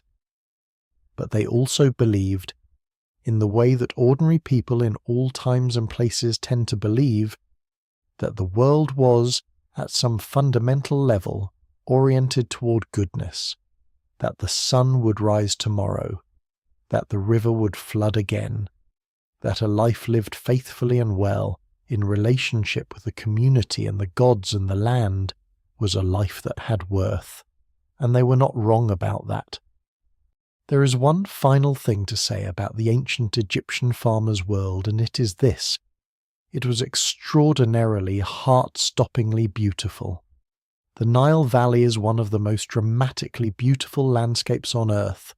The thin green ribbon of life between walls of blonde and red stone desert, the river catching the light in ways that change by the hour, the extraordinary quality of the Egyptian light itself. The dry desert air filters the sun into a clarity that photographers travel from around the world to experience. The birds, the iridescent green and blue of the kingfishers, the elegant white of the egrets, the magnificent spread wings of the Nile goose, the ghostly presence of the ibis, were part of the daily visual environment of the farmer's world. The flowers of the Nile margins, the blue lotus, which became one of the most iconic images of Egyptian art, the white lotus, the papyrus with its tall green stems and feathery tops, the wildflowers that bloomed after the flood in the brief cool season, were not artworks that the farmer looked at in a gallery. They were the plants at the edge of his irrigation channel. He worked among them, he smelled them. He incorporated them into his religious offering, placing a lotus blossom at the household shrine because the flower was beautiful and the gods deserved beauty. The ancient Egyptians were deeply attentive to the beauty of their world. Their art, their poetry, their religious texts all return again and again to the sensory pleasures of the natural environment. The smell of lotus, the sound of birds, the coolness of a garden's shade, the warmth of the sun, also feared, but also loved. A culture does not produce art and poetry full of these particular pleasures unless the people who generate that culture are genuinely experiencing those pleasures. The farmer did not stand in his fields experiencing them as an aesthetic. He was too tired for that. But the beauty was there. The morning mist over the river, the way the green grain caught the light in the late afternoon, the extraordinary dark of the night sky with its rivers of stars. And it was part of his world in the way that air was part of his world. He didn't think about it. He breathed it.